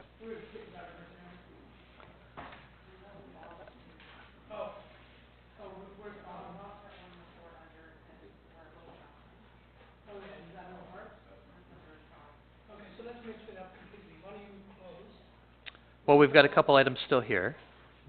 So, or do you want to just close? We've got 27, 28, and then reports, which is Bennett, and that's why I thought maybe we could have Ben do it.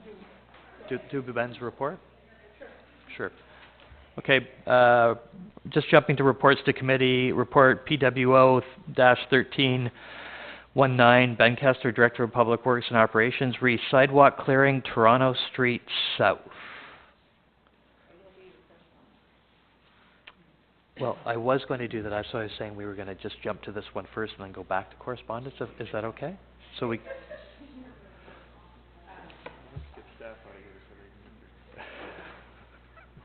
Which would you prefer, Madam Clerk? Okay, so we'll just stay through the list. Okay, so then my apologies, we'll go to 27. Region of Durham receipt and area specific development charge bylaw for water supply and sanitary sewage services. How would we like to deal with that one? I'll give you a motion to receive. Motion to receive. Those in favor? Carried. Item 29, Municipality of Clarington Durham Region Solid Waste Management Servicing and Financing Study Report. Pamela Beach, Councillor, Ward 1. A motion to receive. Motion to receive. Those in favor? Carried. Reports. Can I just comment on that or have Gord? Absolutely. Just so you know, the incinerator in Clarington, we voted last week at the region to use the full capacity of that incinerator. So move it from the 140,000 tons that they're actively consuming to 160,000 tons. Shut it down because they had excess time. So they were shutting down the incinerator and then paying to dump their garbage in other municipalities. So this is the way they move forward. And that's what this was about. Thank you. Moving to reports to committee, Ben, as I previously mentioned, page 73 for those looking. Ben, can you give us a quick preamble on this? Some of the other councillors on the council may not be aware of how back and forth we've been on this subject, so your viewpoint would be appreciated. As the sidewalk plow goes down Toronto Street, there's about 6 houses, 6 residential lots northeast, I guess, of the TD Bank, where we actually go out onto the road and don't plow the sidewalk. It's a bit of a health and safety concern in that there's 10,000 cars a day on Toronto Street, and they'd be a lot safer on the sidewalk. So this is sort of the impetus of this report. My recommendation would be to stay on the sidewalk, and rather than tramp the snow down for the residents, we'll just clean those 6 houses and provide a safer environment for the sidewalk plow. Okay. Questions for Ben? Just from a finance perspective, is there any additional cost then, or can you manage this within your budget? I can manage it within my budget. Thank you. Mayor Dave? Yeah, I took a look at the report, but on the opposite side of the road, are we also going to hit those residential driveways as well on that trip back? No, Okay. we don't. We'll cross the road at the Glens and go into the driveway there, and then go north up that side. That's the way we've been doing it. That's the way we've been doing it, yeah. I'd actually talked to Ben about that one before and asked how they got back in that way, so. Okay, fair enough, thanks. Any other, Councillor Garrett? Just one other question. So I'm glad you're able to absorb it. I think it's necessary more out of the health and safety perspective to get the plow off the road, and we want to be safe for the gentlemen that are doing it. I think we just need to include this in the broader discussion that we're still going to have this afternoon, and then subsequently to that about snow clearing in general. So just, I support this only because of the need for health and safety of the individuals involved. Mayor Dave? Yeah, and I agree with Bruce on that. You know, in addition to that, you know, I was driving down that section of road, and there was a guy during a snow event when our sidewalk had been cleared who was walking on the road with a walker because on that section of sidewalk he couldn't access it. So certainly, for me, this is a win-win.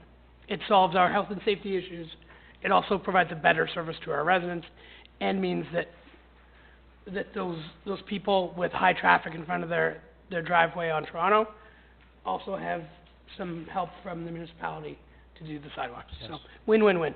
Okay, so can we get a motion on this one then? Councillor Beach? A motion for the recommendation to clear that section of sidewalk. Thank you, Councillor Beach. Those in favor? Carried. Thanks, Ben. Do we have any unfinished business? Do we have any other business? No. Oh, sorry, my apologies. Looking over to the media, are there any questions prior to closing Public Works and Active Transport? No questions? Thank you.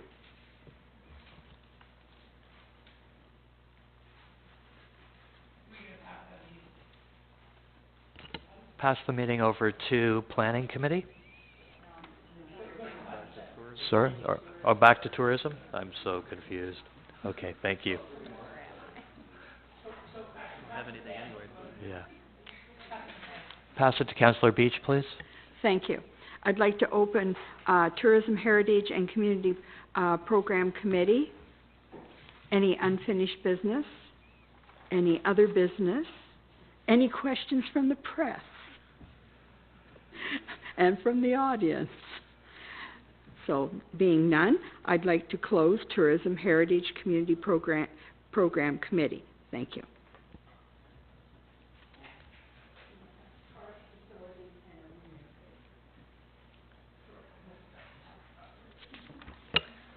All right, and I'll open the, my committee, the Parks and Recreation. And, first report is, or the only report is, to the committee, if I can get Bob to come up and just speak to it, is in regards to, Canadian Tire at the arena and their agreement with us.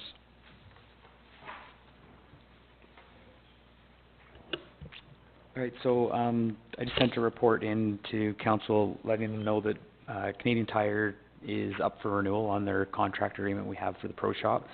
They have sent a letter in requesting I attach that letter to your reports to review. And my recommendation, I'm supporting a monthly rental of $300 per month when the ice is in. The letter, I believe, did ask for half price, but I am requesting or recommending $300, which is $100 off. Gord? Thank you. Through you, how did you arrive at that number, Bob? Did you discuss it with the applicant, or? I discussed it with, I had a lengthy discussion with the applicant, as well as Amanda and I discussed the foot traffic through the building and stuff like that. Canadian Tire provides an excellent service to our building, and that's why I wanted to outline their contributions as far as advertising as well. We want to try and work with them, and I think this is a fair compromise. So was that rationale discussed with them? No. No? As if you do the math, if they've dropped 35%, it actually almost works out to what you're saying. I don't know how that's how you arrived at the 300, but yeah. It's like if you take 390 and 35% reduction, you're at or about $300. So. Yeah. So it's a fair rate. So anyway, I just wondered if that discussion had been had. Thank you. Willie, you were next. Thank you. It's just more of a comment. If we step back a week, we provided some leeway for some of the programs in town to get some reduced costs for people coming in and participating on teams with hockey. There might be an opportunity for some increased upkeep with the upcoming season, with where they're going on this. Councillor Hyatt's point is well taken, that a third off is a third off. I think we need to consider where we just came from, where we heard there might be a couple more teams back in that might bring some dollars back into Canadian Tire at their pro shop as well. I know from a men's hockey perspective, they're usually just in time, so arriving at the rink and requiring services is not abnormal for them. So I think that there's a potential for them, if based upon what we heard last week, that some of these dollars they're losing may be recouped. So just keep that in consideration as we discuss this. Thanks, Willie. Pam? I understand what you're saying, Willie, about possible increasing of revenue for them, but I think overall, if the ice is not in, there isn't any traffic. So on that point, I would like to move recommendation for your recommendation for the $300 for the months that the ice is in, and that we support it. I think that's fair and reasonable for now. I mean, the next time because every year, 3 years. So in we can definitely change it, but we need to be fair to Canadian Tire and, just see where it goes. That's what I'd like to put forth. Just before we go forward on the motion proposed by Councillor Beach, we certainly don't, we've read in the report from the applicant that lots of these shops and other arenas are shutting down just from a lack of foot traffic coming in or skate traffic. So we want to support him through it. Being the finance guy, $100 a month, 8 months, pretty easy math. Are you okay absorbing that into the arena budget? Okay. Yes, yep. Terrific, thanks. That's it. Anyone else? Yeah, Mayor? just a very quick comment. You know, we need to do whatever we can to continue to add traffic to this facility, and we also need to make sure that we've got a service facility.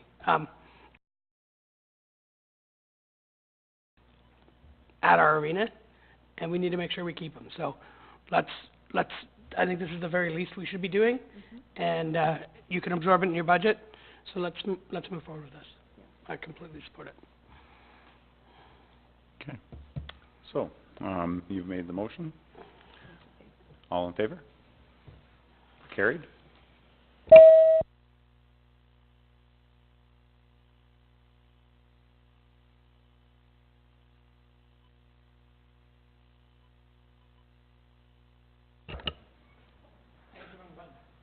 He has control of my...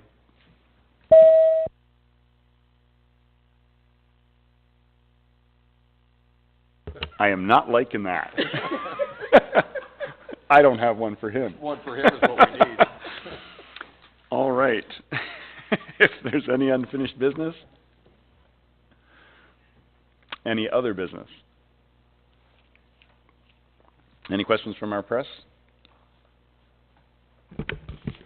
Yes, Councillor.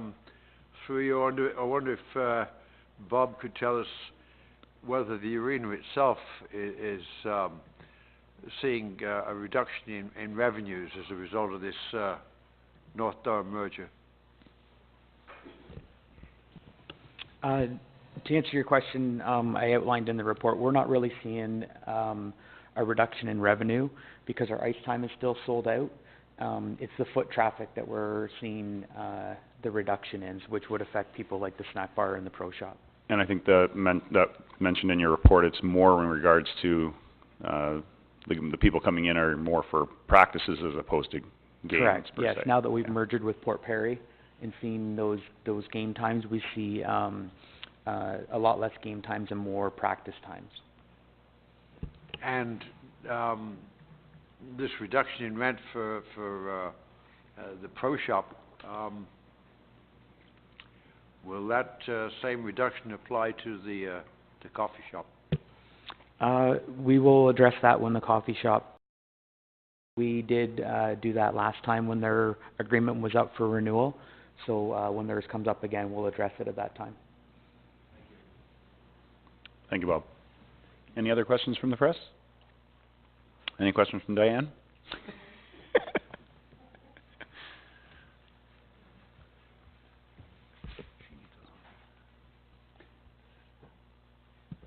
The 35% reduction addresses his loss of profit, but you haven't addressed the increase in minimum wage. I believe minimum wage went from $11.25 to $14 a year ago.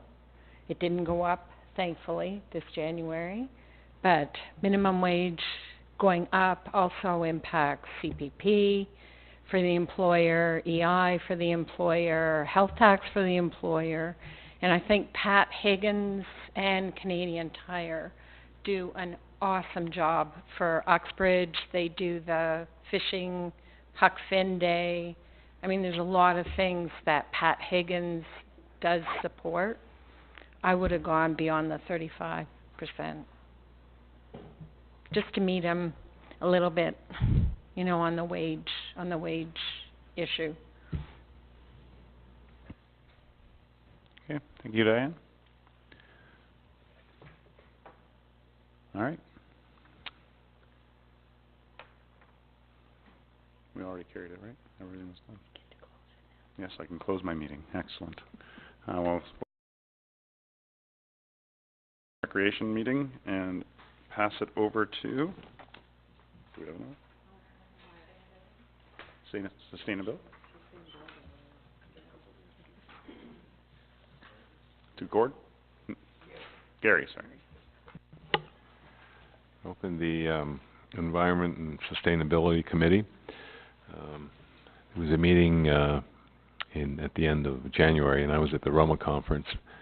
They didn't have a quorum, so there was no meeting. Next meeting is March the 20th, but there is some correspondence here.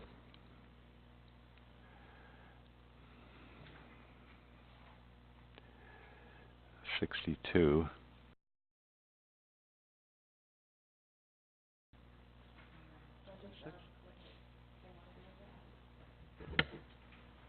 Pardon me? I'll motion to receive. Okay.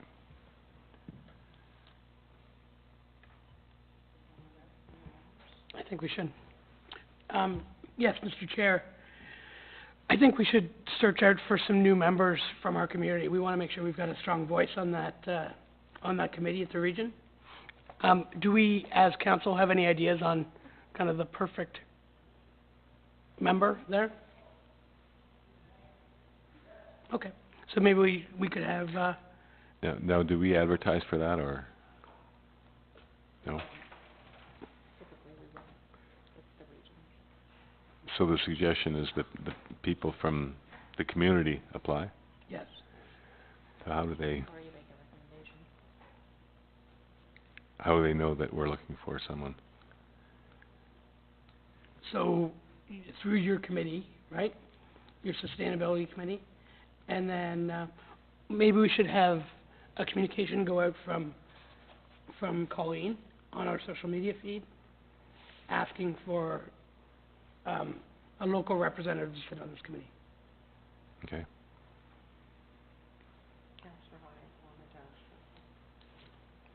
Councillor Hyde? Yeah, I sit on this committee as the Planning and Economic Development Regional Council rep. Submissions have been slow.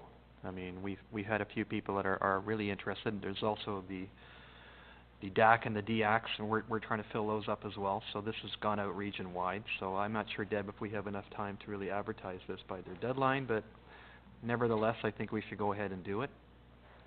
We won't be making a decision on this until the 24th, which is the next meeting.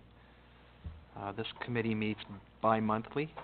We had to cancel the last one, unfortunately, due to the weather. So it's been deferred now to next Friday, so hopefully the weather will cooperate. But the sooner, if we can provide a member, that would be great. If not, we just have to do our best efforts, I think. Through you, Mr. Chair, we could certainly put an ad together. We would end up being able to get it in the township page. Well, we could put it on the website right away. We could get it in the township page 2 times before the cutoff date. So that's, by all means, we can do that. And what we'll do is just tie into the region's advertisement, and they could apply directly I'll or make that through us. motion, Mr. Chair, through Debbie. Okay. All those in favor? I'll Sorry. remove, just a motion to receive, so I can add to it if you're open to that. Yeah, sure. as per Councillor Hyatt's comments.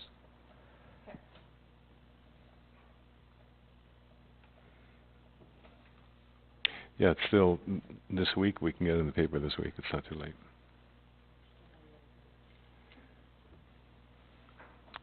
So if there aren't any other questions, I'll just close the, oh, sorry.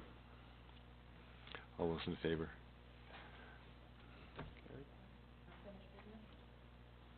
Pardon me? Right. There's nothing there as far as other or unfinished business is concerned. So then, is that it for the committee?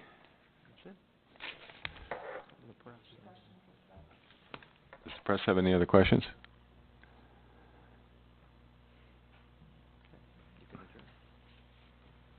Adjourn the committee then.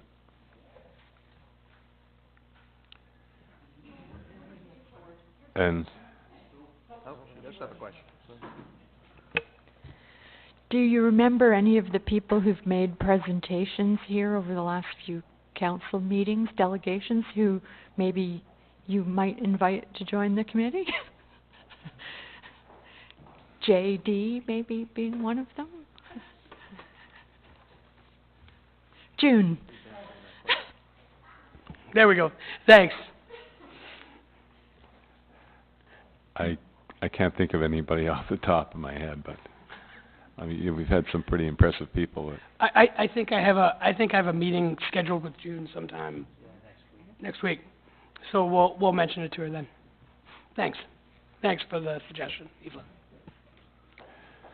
So where we, no more committees, so we adjourn? Yeah. Do I need a motion? Or, okay.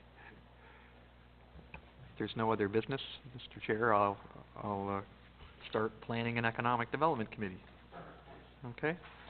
We have 2 items of correspondence. Number 30. This is from Tony Rebus regarding the Grain Boys application. Questions? We're losing councillors. Where did he go? Okay, never mind. Questions? Concerns? Anybody? I don't have any questions. I'm always impressed when someone takes the time to write a letter, especially on a old school typewriter, to send in my mail. Hey, I still have one of those, and it has the same keys that are screwed. Does it have the same keys? Again, this came directly to me, and I love that our residents feel comfortable sending us correspondence. Did you want to refer this to plan or an applicant, or just Sure. receive it? I'll give you that motion. Okay. Any questions? All in favor? Oh, Pam, did you want to make that motion? No, she can't. Oh, you're out of Is it. it too late for her to declare on this? Okay. Pam, do you want to just quickly do a declaration of, yeah. Well, we're just referring this to the planner. We're not making a decision on it, so Yeah, but just to make sure. just to be clear. Okay, so can you just quickly declare your, and then fill out the paperwork? Okay, subject matter, correspondence 30, for Grain Boys.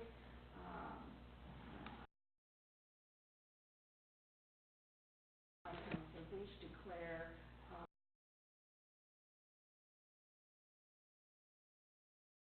correspondence. You don't have your mic on, Pam. Okay, we'll start over again. Practice. Subject matter is correspondence 30 relating to Grain Boy Holdings, dated March 4th, 2019. I, Councillor Beach, declare a perceived conflict of interest on this matter. And that's it, and I'll fill it out. And thank you. Thank you, Councillor Beach. Okay. We have a motion from Mayor Barton to refer this to planner and applicant. Any questions? All in favor? Carried. Thank you. Correspondence 31 from Bridgebrook Corporation regarding the Phase 2. This is what we talked about last week. Ingrid, did you want to speak to that? I do have an email here from Liz, and basically she's saying there seems to be a misunderstanding on Corporation's part. Discussions are not about finding a solution to servicing Phase 2. The discussions are about establishing a process for developing official plan amendments to the region and township's official plan that in turn establish a process for allowing some developments in Phase 2 based on the capacity of the Uxbridge Brook Water Pollution Treatment Plant, or through the use of communal services. This process of developing the official plan amendments is the township-led process working together with the region. As such, details of establishing the process to be followed will be determined in discussions between both the township and the region regarding the Planning Act and conformity of. There will be consultation with the landowners as well as the public and other stakeholders as part of the process of developing the official plan amendments, and that consultation will certainly exceed those that are required under the Planning Act. So just, I think her concern was that there may have been some confusion. Basically, the discussions will be between the region and the township in regards to how those regional official plan and local will go forward. I think Liz made that very point here when she was here last week, that it's the township and the region leading this, it's not the developers, so. Just so everybody's clear on that. Okay, we have an item of correspondence. Would you like to receive this, refer it? Mayor Barton? Okay, are we just receiving it? Yeah, okay. Questions? All in favor? Carried, thank you.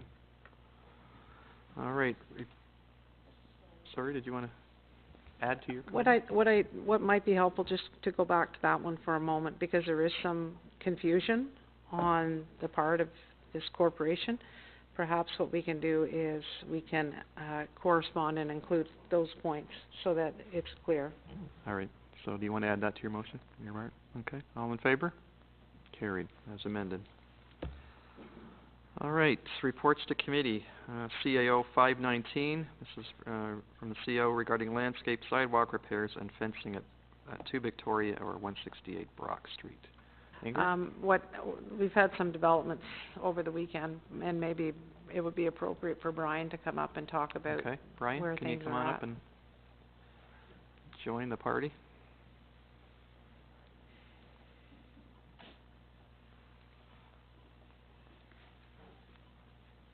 So you've got some good news, I hope, so. Well, I'm not aware of any developments over the weekend. Oh, I can provide Update an on where update. things are at, and Councillor Pop, I think you had some comments on it as Okay. well. Yeah, I'm trying to set up a meeting for that 2 Victoria site, because we had tried to schedule something for March. So I just received an email from the owner. Basically, again, he's trying to find a date that we can meet in March, but he had indicated that, there'll be a trailer on site first, week in April, and they'll start, like site servicing, weather permitting, in the first week of April or shortly after. But again, I'm trying to schedule a meeting in the next 2 weeks with the owner of the property. Is this just with staff, or will there be members of council? Oh, just, would be staff and a few members of council. Okay. Because from what I recall, we left it last, I guess, December, that we were going to be moving forward as of May the 1st, so I think you had a plan in place, I think, to deal with that. Exactly. So that's the point of this meeting, is to refresh that? Yeah. Give us a status update. Awesome, okay. Councillor Pop, did you have something? Yeah, and more to it. So we did meet with him in January, and then recently after that, and Brian's being overly kind to our partners in this development. Brian reached out a couple times to him, reached out once, waited 2 weeks, and reached out again. And further to, Councillor Garrett's comments sometime back in council meetings, that it feels like it's lagging a little bit. I feel like it is too. We don't necessarily have to, they're looking at early April to get this in place, and then they're, looking at a meeting within the last 2 weeks of March or the last week of March. I think we would have a better sense of comfort if they were closer to us on this. They don't necessarily have to come to Uxbridge to talk to us about it, but I think we need updates with more frequency, perhaps a conference call if they can't make it here to town. I'm feeling like this is slipping down their priority list, and I'd just like to see if we could kind of ratchet it up some timing to get it done. For the project's been in place now for a long time, and I think that we need to kind of push up the sense of urgency with it. And if you could get in touch with them, Brian, perhaps, and kind of put that in place so that we can get more of a sense of comfort and direction with where they're at, I think that we would all be a little more comfortable that way. Councillor Gary? My view after 20 or more years of project management experience is status meetings come once a project's in progress. It sounds like he wants us to come in and provide a status report. Frankly, there's no project. I'd rather they come in with a list of deliverables. I'll go back to David Richardson's presentation. Deliverables with a timeline, and make some commitment to what they're going to do. We're going around and around, so rather than, I'm afraid this is going to be a status meeting. We're all going to get together, and they're going to say, yeah, we're planning on putting a trailer up, and we'll come to you in May with a plan. No, come to me in March with a Gantt chart, a chart that shows what's going to happen and when. Not baseline, not committed, but show us when things are more than just a trailer going up? When are we gonna start seeing some work on this spot? It's a good point, I think. You might want to establish some milestones at this meeting. I don't know how you do that, but have them commit something to paper and say, look, at, May 1st, we'll be doing this, and then so on. To your point, I think, it's been a little too casual so far, yeah. Yes, Mayor Martin, yeah? Yeah, just my comment goes along with both Willie. I don't need to meet with these guys. I want to know when they're going to be moving forward with this project. They made some great progress late fall. This site looks way, way better than it did in October. So the retaining walls, things look significantly better. But I don't need to meet with these guys every 2 weeks. I need to know the progress they're making via email or letter, or however they want to communicate with us.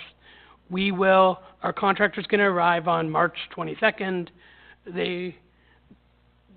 This stage will take this long. This stage will take this long. This is how the project is going to move forward with an end date of, late 2019 or whatever that date is. But show me a plan. We don't need to meet. Just show me a plan. Because from what I understand, they are not meeting their obligations from a bylaw perspective on this site. So we are definitely in a power position. Am I correct in that, Brian? Yes, but as far as meeting, when we met in January, we asked them to meet, so they didn't say they wanted to come in. We said, can you come in late February? So I agree, we don't have to meet. I can ask them for a letter or an email giving me dates, and I can relay that information to council. And just quickly going back, not to, beat the dog here, but, and back in January when we met, they said that was a Friday. They said on Sunday they were meeting with contractors and they'd be able to provide us with an update, and then we had to follow up with them again. So I just, again, we need to get something from them rather quickly. And it was their words that they were going to provide this to us, and they haven't. And I think that, kind of parroting Councillor Garrett and Mayor Dave, that we need to get something from them quickly to show where they're at on it, and in detail, that would be helpful for us. Just to reference Ingrid's report here, what are the timelines on that, Ingrid, or do you know? Well, to get the quotes timelines are flexible on my part. I agree that what we need a concrete plan in place. And what I'd like to do is just at least be ready that if the shovel hits the ground and they start to do their work, then we can execute what we want to execute. If we don't, if nothing happens, then I think we have to seriously look at filling the hole in. We've talked about it before. That's why I'm a little reluctant to spend any money. I'd rather just hold on to it, and if they get to plan B or go through one door, then I think we feel comfortable proceeding. But if they don't, then we should use the securities to fill the hole. And your report speaks to that, but do you have a timeline as to how long it would take us to assemble all that? It'll take a while to get it done, but I just don't want to spend a lot of time on it if I don't know that they're committed to proceed. Because this could be used as leverage. In other words, if you're meeting with them or talking to them, you can say, we have a plan in place to remediate this at your cost, using the letters of credit or whatever. That may help push it through the door, So we're either running a fill operation or we're doing a landscaping project. It's not complicated. Yeah. Which one do you choose, right? But it may create some urgency, is what I'm saying. So, okay, so we have Councillor Garrett. Go ahead. Just building on Ingrid's thought, we're pushing hard, we're all on the same page, that come to us with milestones on a plan, telling us when you're going to do things. I'd suggest that we need our own plan to be able to say, if we don't see work taking place by, I don't want to say date, but this date, the next morning, there's a dump truck putting the first 3 loads of dirt in. And if you're okay with that, then we'll just proceed spending your money to do it. And if that now has your attention to realize that we're serious, then we can call off the 4th truck. But I think we too need to step up and say, there's a deadline, right. And we should know what that timeline will be. In other words, if the shoe drops, then we can say, it's next week, we are doing the work at your cost, right? So how do we, go ahead, Dave. And I'll let staff craft that document, but anyway, I think it needs to be done. Okay. Yeah, sorry, go ahead, Mayor Martin. Yeah, so with this file, again, we have a piece of property that can become office space. We have been desperate for office space over the last, 5 years. It's partly why we've lost a couple of our key employers, is a lack of room to expand. The last thing I want to do is sterilize this land, right? And by filling it, we basically sterilize it for a number of years. But we need to balance that with, this scar on our municipality and our downtown core that's been there for a long, long time. So we want to move forward. We would much rather see a building there than fill it in, but this landowner needs to move forward with this project. We will not be talking about this in 2 years. We'll be talking about how it's full, it's filled with dirt, or it's got a building on it, but we will not be talking about this in 2 years, and we better not be talking about it in 6 months. That's my take on it. So, to get back to the report, we have a recommendation here from the CIO. Would anyone like to move that or amend it in any way? Councillor, move the recommendation? I guess the question for me is, what is the drop dead date? And I think that's the discussion that I think we need some direction on. What is it? Is it Well, I May think the you've 1st? got the direction to move forward. Maybe you could come back and say, look, in order for us to do this, this, and this, it's going to take until whenever at this cost. Well, whatever work you're anticipating here, so. Whether it's filling or remodeling, can I call it that? To make it more palatable for the public while these guys decide where they're going. I think you want to phase this. In other words, you need to clean it up, that's number one. And that's fixing walls and fences and the safety of the whole situation. And then if they're still not going to do anything, then you contemplate going to step B, which is where Dave is saying backfilling or whatever. So I would rather not do that at the outset, but that's just my personal opinion. I think you want to light that fire under them so that they are aware that this work will be done at their cost. So they need to be aware of that. Sorry, did you want to go ahead? Yeah, just some clarification on this. From what I understand, if someone doesn't meet their obligations under bylaw, we don't need to use our security for this facility for that project. Wouldn't we, under the bylaw perspective, we would just build against their property taxes, am I correct? Generally speaking, you use the security because the security speaks to the conditions in the agreement, so. Okay. That's what the security would be used for, is just basically to bring it into compliance, so. I guess I keep coming back to, what is that timeline? Is it May 1st? Is it June 1st? What is it, in your opinion? It's within my word, so I'll talk to it, I guess. They were looking at an April 1st to start bringing in their trailer to get in here. I think that we look at a similar timeline to get a clear indication of where they're going prior, or that's when it'll happen. Like, that's essentially 3 weeks away. Well, fourth week. I think that, we do have some leverage here, and clearly they've got some vague plans on what they're looking at doing, but putting a trailer on site, to me, that's just something going in place to squash us from making a comment for another month to 2 months while they decide what they want to do. Timeline and make it April 1st. Sorry, Councillor Pop, to see what? Well, Ingrid was looking at a timeline to see when The trailer on site? Well, no, they're looking to put a trailer on site at that point in time, but we would like to have confirmation much prior to that, and I think that the deadline date for us is to action something, if we don't hear anything, if we don't get clarity, would be April 1st, similar to their timeline to when they'd look to put the trailer in place. But I think you have to be careful how you phrase that. Yeah, politely. I think you want to be holding a big stick, but you want to have a soft sell on it, so. Okay. And that would be just and I think that speaks to your point is, sterilizing is kind of the last gasp. And unfortunately, if we have to go there, we do. But I would rather work with them to get this done, but make it clear and obvious that we want this done sooner rather than later. And I know that's not an easy fix, but hopefully we can work on it. But I think we need to get our ducks in a row as to how much this would cost us to do this, and this, you know what I mean? So if we do have to draw from that reserve, then we can do so with knowing what that is rather than guessing, so. Mayor Barton, go ahead. All right, so let's split the difference here. Let's go date.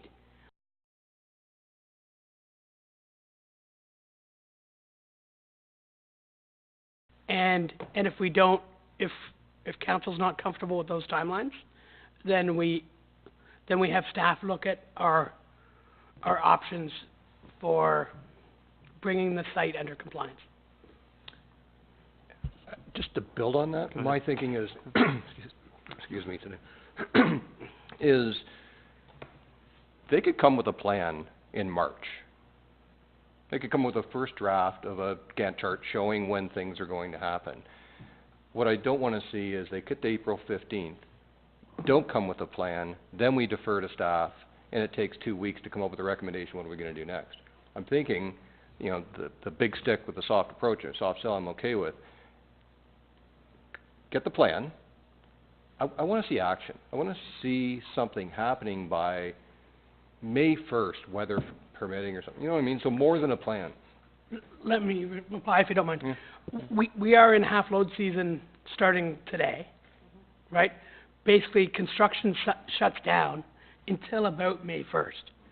So to ask for solid dates where construction is starting by May 1st is probably not realistic, because the entire industry, they won't be pouring concrete May 1st, most likely, at any sort of reasonable cost. I want to make sure we're not giving them timelines that we wouldn't give to any other construction company. We also need to keep in mind the work they did this fall in securing this site. They built retaining walls, they moved the fencing. This site looks, walk by, take a look at the site. It looks 100 times better than it did before they did this work. But it's not good enough. We need to move forward. But again, like I said before, we don't want to sterilize the site unless we absolutely have to, and we need to be flexible enough that this forward, and we're not making a threat that they can't actually fulfill. Okay. Well, what about this? What about, rather than wait to see whether they do take action and put a trailer down and we see progress, rather than wait and see if they don't, then we tell staff they've got 2 weeks to come up with a report. Start the report now. In the event that we don't see progress by April 15th or whatever date we set, so we can take action immediately if we don't see. I just don't want to stall it another 2 weeks, another 2 weeks, and so on. Let's just get going. And I think we're aligned, and I think that's basically what I said was have staff come back with what our options are. Now. But ask, now. Yeah. But ask for a full timeline of this project by April 15th, so that we know where we're going. So we could have both by April 15th. We would have a plan from the developer, looking forward to seeing that built, and by April 15th, then staff has come back with a what-if situation. Is that fair? So we have both. But I think we want to know what we're prepared to do, regardless of where they're at. If they don't, the two do not meet, then we just go ahead and do it. Yeah. Because, you know, We in don't my want to. opinion, I they've agree. had plenty We of don't want to time to fill it. get their act together. It's just whatever reasons, they're just not doing it, so I would suggest staff have that ammunition, whether we make it available to them or not. We just need to know what we're up against. I think that would be the way to go. So we have a recommendation. Did someone move that? It was so long ago, I can't remember. Mayor Barton moved it. It's Did he? not clear on the recommendation. The recommendation Okay, you is need not it clear? clear. Okay. So, do you want me to try and clear this up? Two things. We have staff come back with a report ASAP on what our options are for this property. In parallel to that, to have the developer come back to us with a construction timeline, with absolute dates and milestones before April 15th. Brian, do you support that? Does that work for you? With your mic on? No problem. Yes. Did you say April 1st? April 15th. Okay. Yeah. Okay. Any other questions? Councillor Beach? Finally. Okay. So they said Brian, that they were going to have information for us this month. Yes, we had asked for, again, we had asked for like an update to, 'cause initially when we met, they were talking about, April and starting this spring, weather permitting. So we wanted an update on that. We didn't ask for specific dates, but I can definitely email them back and tell them that, we want specific dates as far as when you're starting, when you anticipate, filling in the foundation, when you anticipate maybe starting construction of the first floor, when you anticipate occupancy, just some dates like that, for sure. That to me is really important that we have that. I mean, for them to say April 1st, we're gonna have a trailer there, well, trailers don't do the work. No, I mean, Yeah. if we see activity in April, then Yeah. everything's fine. Like, Yeah. And that, but I like the idea of asking certain milestones, because that to me is very important, and they have to know that, you know, if you're not complying now, after being so patient with them, we're gonna do something. Did you get clarity on that, on Dave's motion? More people talk, the more confusing it gets. Okay, let's So recap that, because we're getting okay, off on these so tangents basically, here. we're gonna bring back a report with what our options are. We're gonna have to speak to legal as well about Right. using security for this. And then April the 15th, we need a report from the developer, including the milestone dates, right? Are you still meeting with them, or is this no, in lieu of again, that? if, I can meet with I can meet with them, just myself. That might help but, it along, you know. yeah, I'll ask for an actual report or, Because confirming you don't those want to get dates. one of these email battles. I mean, I would rather somebody meet with them in some Yeah, shape or for form. sure. So.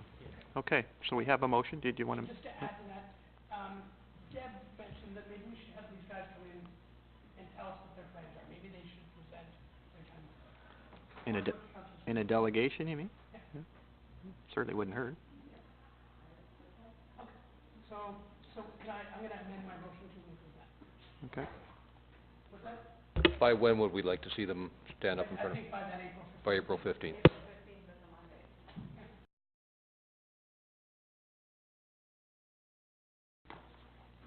That's what, 6 weeks, right? Okay. Anything else? All in favor of Dave's amended motion? Carried. Thank you. We're getting better.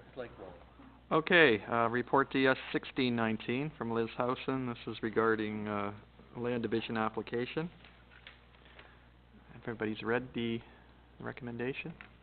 Because they haven't said anything about what this lot's gonna look like, so I think we can't really make a decision until they do. So this is in Codsword, and he's not here. Here, I'll give you You want a a motion to support the Okay. recommendation. Motion to support. Questions? All in favor? Opposed? Carried. Thank you. Any unfinished business for planning? Any other business? Press, any questions? No? It's exciting stuff, I know. You don't have one about 2 Victoria? I can't believe it. Okay, they're not here, so too bad for them. Oh, there she is. Oh, okay. Evelyn, do you have a question on planning? They order pizza. You're okay? Yeah, okay, good. So I will adjourn planning, Madam Clerk, and pass it to Mayor Barton for admin. All right, I'm gonna open, admin, start with correspondence number 32. This is from the Minister of Community Safety and Correctional Services. What would we like to do with this? Maybe a motion to receive? Okay, motion to receive put from Pam, all in favor? That's carried. Reports to committee, doesn't exist. All right, unfinished business. Any other business? Oh, and now I've got just a second. Oh, are we still going in camera? Okay, we'll do that after, are we gonna do that now? It's just committee appointments, and my stuff doesn't take long. Okay, so we're gonna go into camera, so, can I get a motion to go into any questions from, the press on anything so far in this meeting? Nope? Evelyn? No? Diane, any questions? Okay, just confirming, did we do all of Bruce's agenda in finance? Yeah, we've covered it all, and Okay. then we've got this separate meeting this afternoon. Okay, good. I just wanted to make sure that I could actually, we could go on camera. Go ahead, Moya. Sorry, this is not about the agenda, but is that meeting still at 1? So why don't we go maybe 1:15? We have pizza coming in so that we can eat something. You guys could join us if you want. What? Thinking time-wise, never seen anything yet, so let's say 1:30. Okay, 1:30? All right. So we're gonna postpone budget to 1:30. Okay? Okay, no other questions. Get a motion to go into camera. Moved by Gord. All in favor? Carried.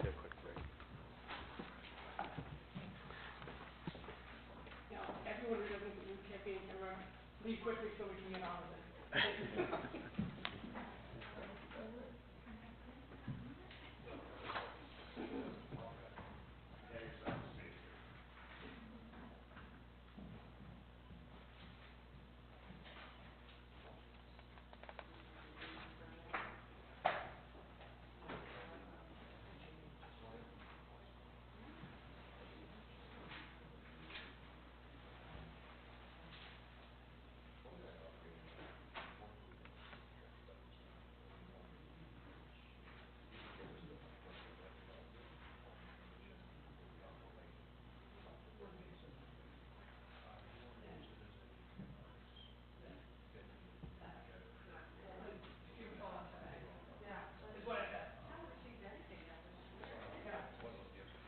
Are we meeting or are we not? Okay, we're going on camera, right? So we're in camera. But he's gone. Let's do this quick.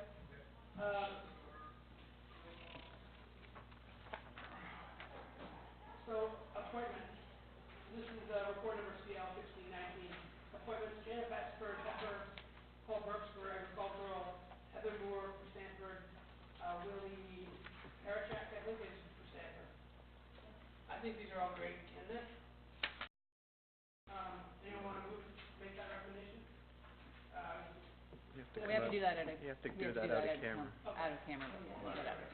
Okay, any questions, comments? Nope. Hi. From an agricultural perspective, Paul Brooks.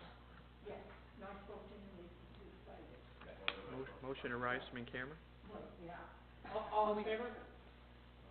You want to rise from in camera? Oh, are we gonna, we have another matter. Oh, it's good, fine. Yeah, it was on the addendum, it's for the, Oh, sorry, huh? yeah, so I just have to wait for Debbie to come out. Can we speak to it? I don't know anything about it, unfortunately. Yay, thank God, someone Thank bought you. it. It's all you. $1 million offer for the farm. That's it? Which is pretty good offer. Here's the problem, Deb will be able to do it, but the problem with it is, well, we only meant it for construction. We need the parking for our downtown parking. We can't really sell. Or we would have to put a condition on closing. Right, which, again, this guy wants it anyway. So then, what do you want to do? And we have no idea. Oh. So that's the problem. That's an expensive parking lot. Okay, Deb, get over here. Okay, so, we're still on camera. We accepted all of the nominees. Now we're talking about fire hall. Deb, do you want to tell us what status? Okay, so in terms of the fire hall, we've had a couple of offers, which really haven't been significant to any extent until the last one is getting into the ballpark. I guess what I'm looking for in terms of direction is, do you want to sell it now or not? We made a commitment to the merchants in the downtown in terms of being available for parking. And we also made a commitment and entered into a lease with Brennan for use of the fire hall kind of as their hub or office area. I can proceed, and I got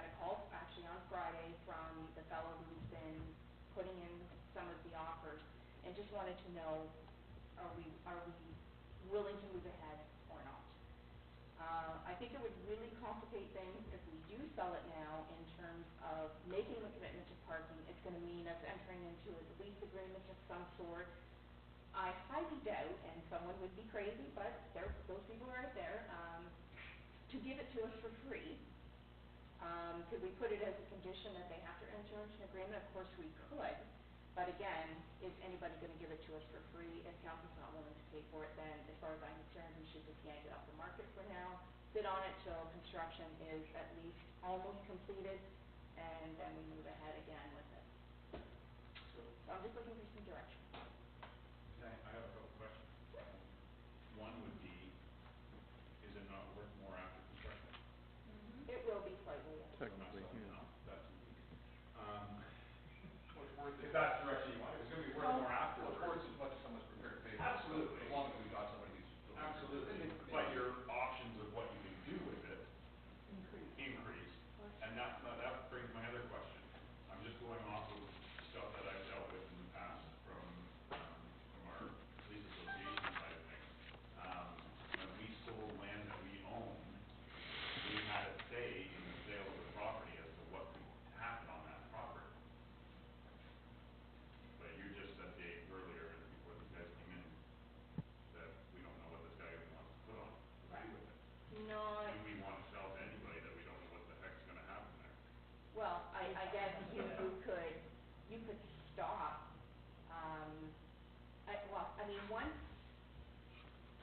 once it's on the market, so there's zoning that allows a whole range of things on that property. With the C3 zoning, once the construction's done and the C3 zoning is approved, of course, it's gonna remove the exception, which doesn't allow, any residential in that particular parcel because it's in the flood zone. The C3 will remove that, we hope. So could you tie it up in terms of pre-approval on a use? I guess we probably could look at that, but the fact that there is such a range of different uses within the zone, we'd have to look in terms of how we would tie that up with an agreement, i.e. if we went through an agreement of purchase and sale, they changed their mind at the 1 o'clock hour instead of the 11th hour after the sale's already gone through. I don't know how we would tie them up in terms of sticking to their plan. I have to look into that because I can't answer. Yeah, I'd just be interested in that, because like you say, from my knowledge base, as minimal as it may be, but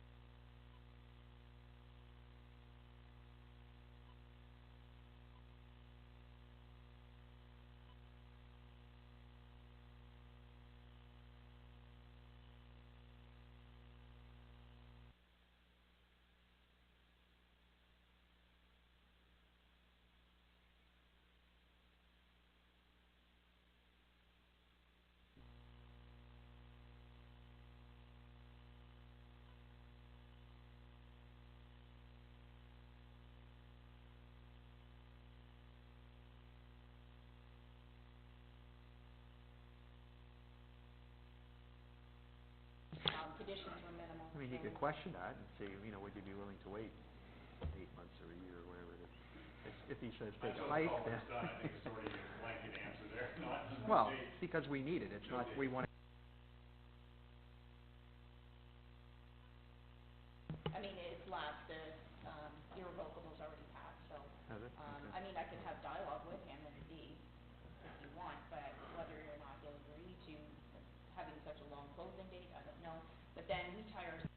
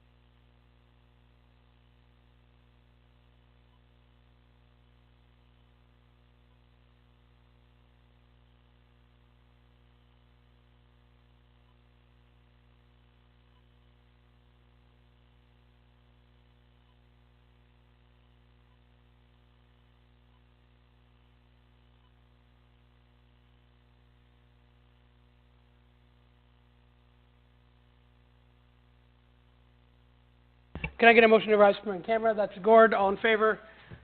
That's carried. We have 2 motions here, Madam Clerk. Oh, the first one,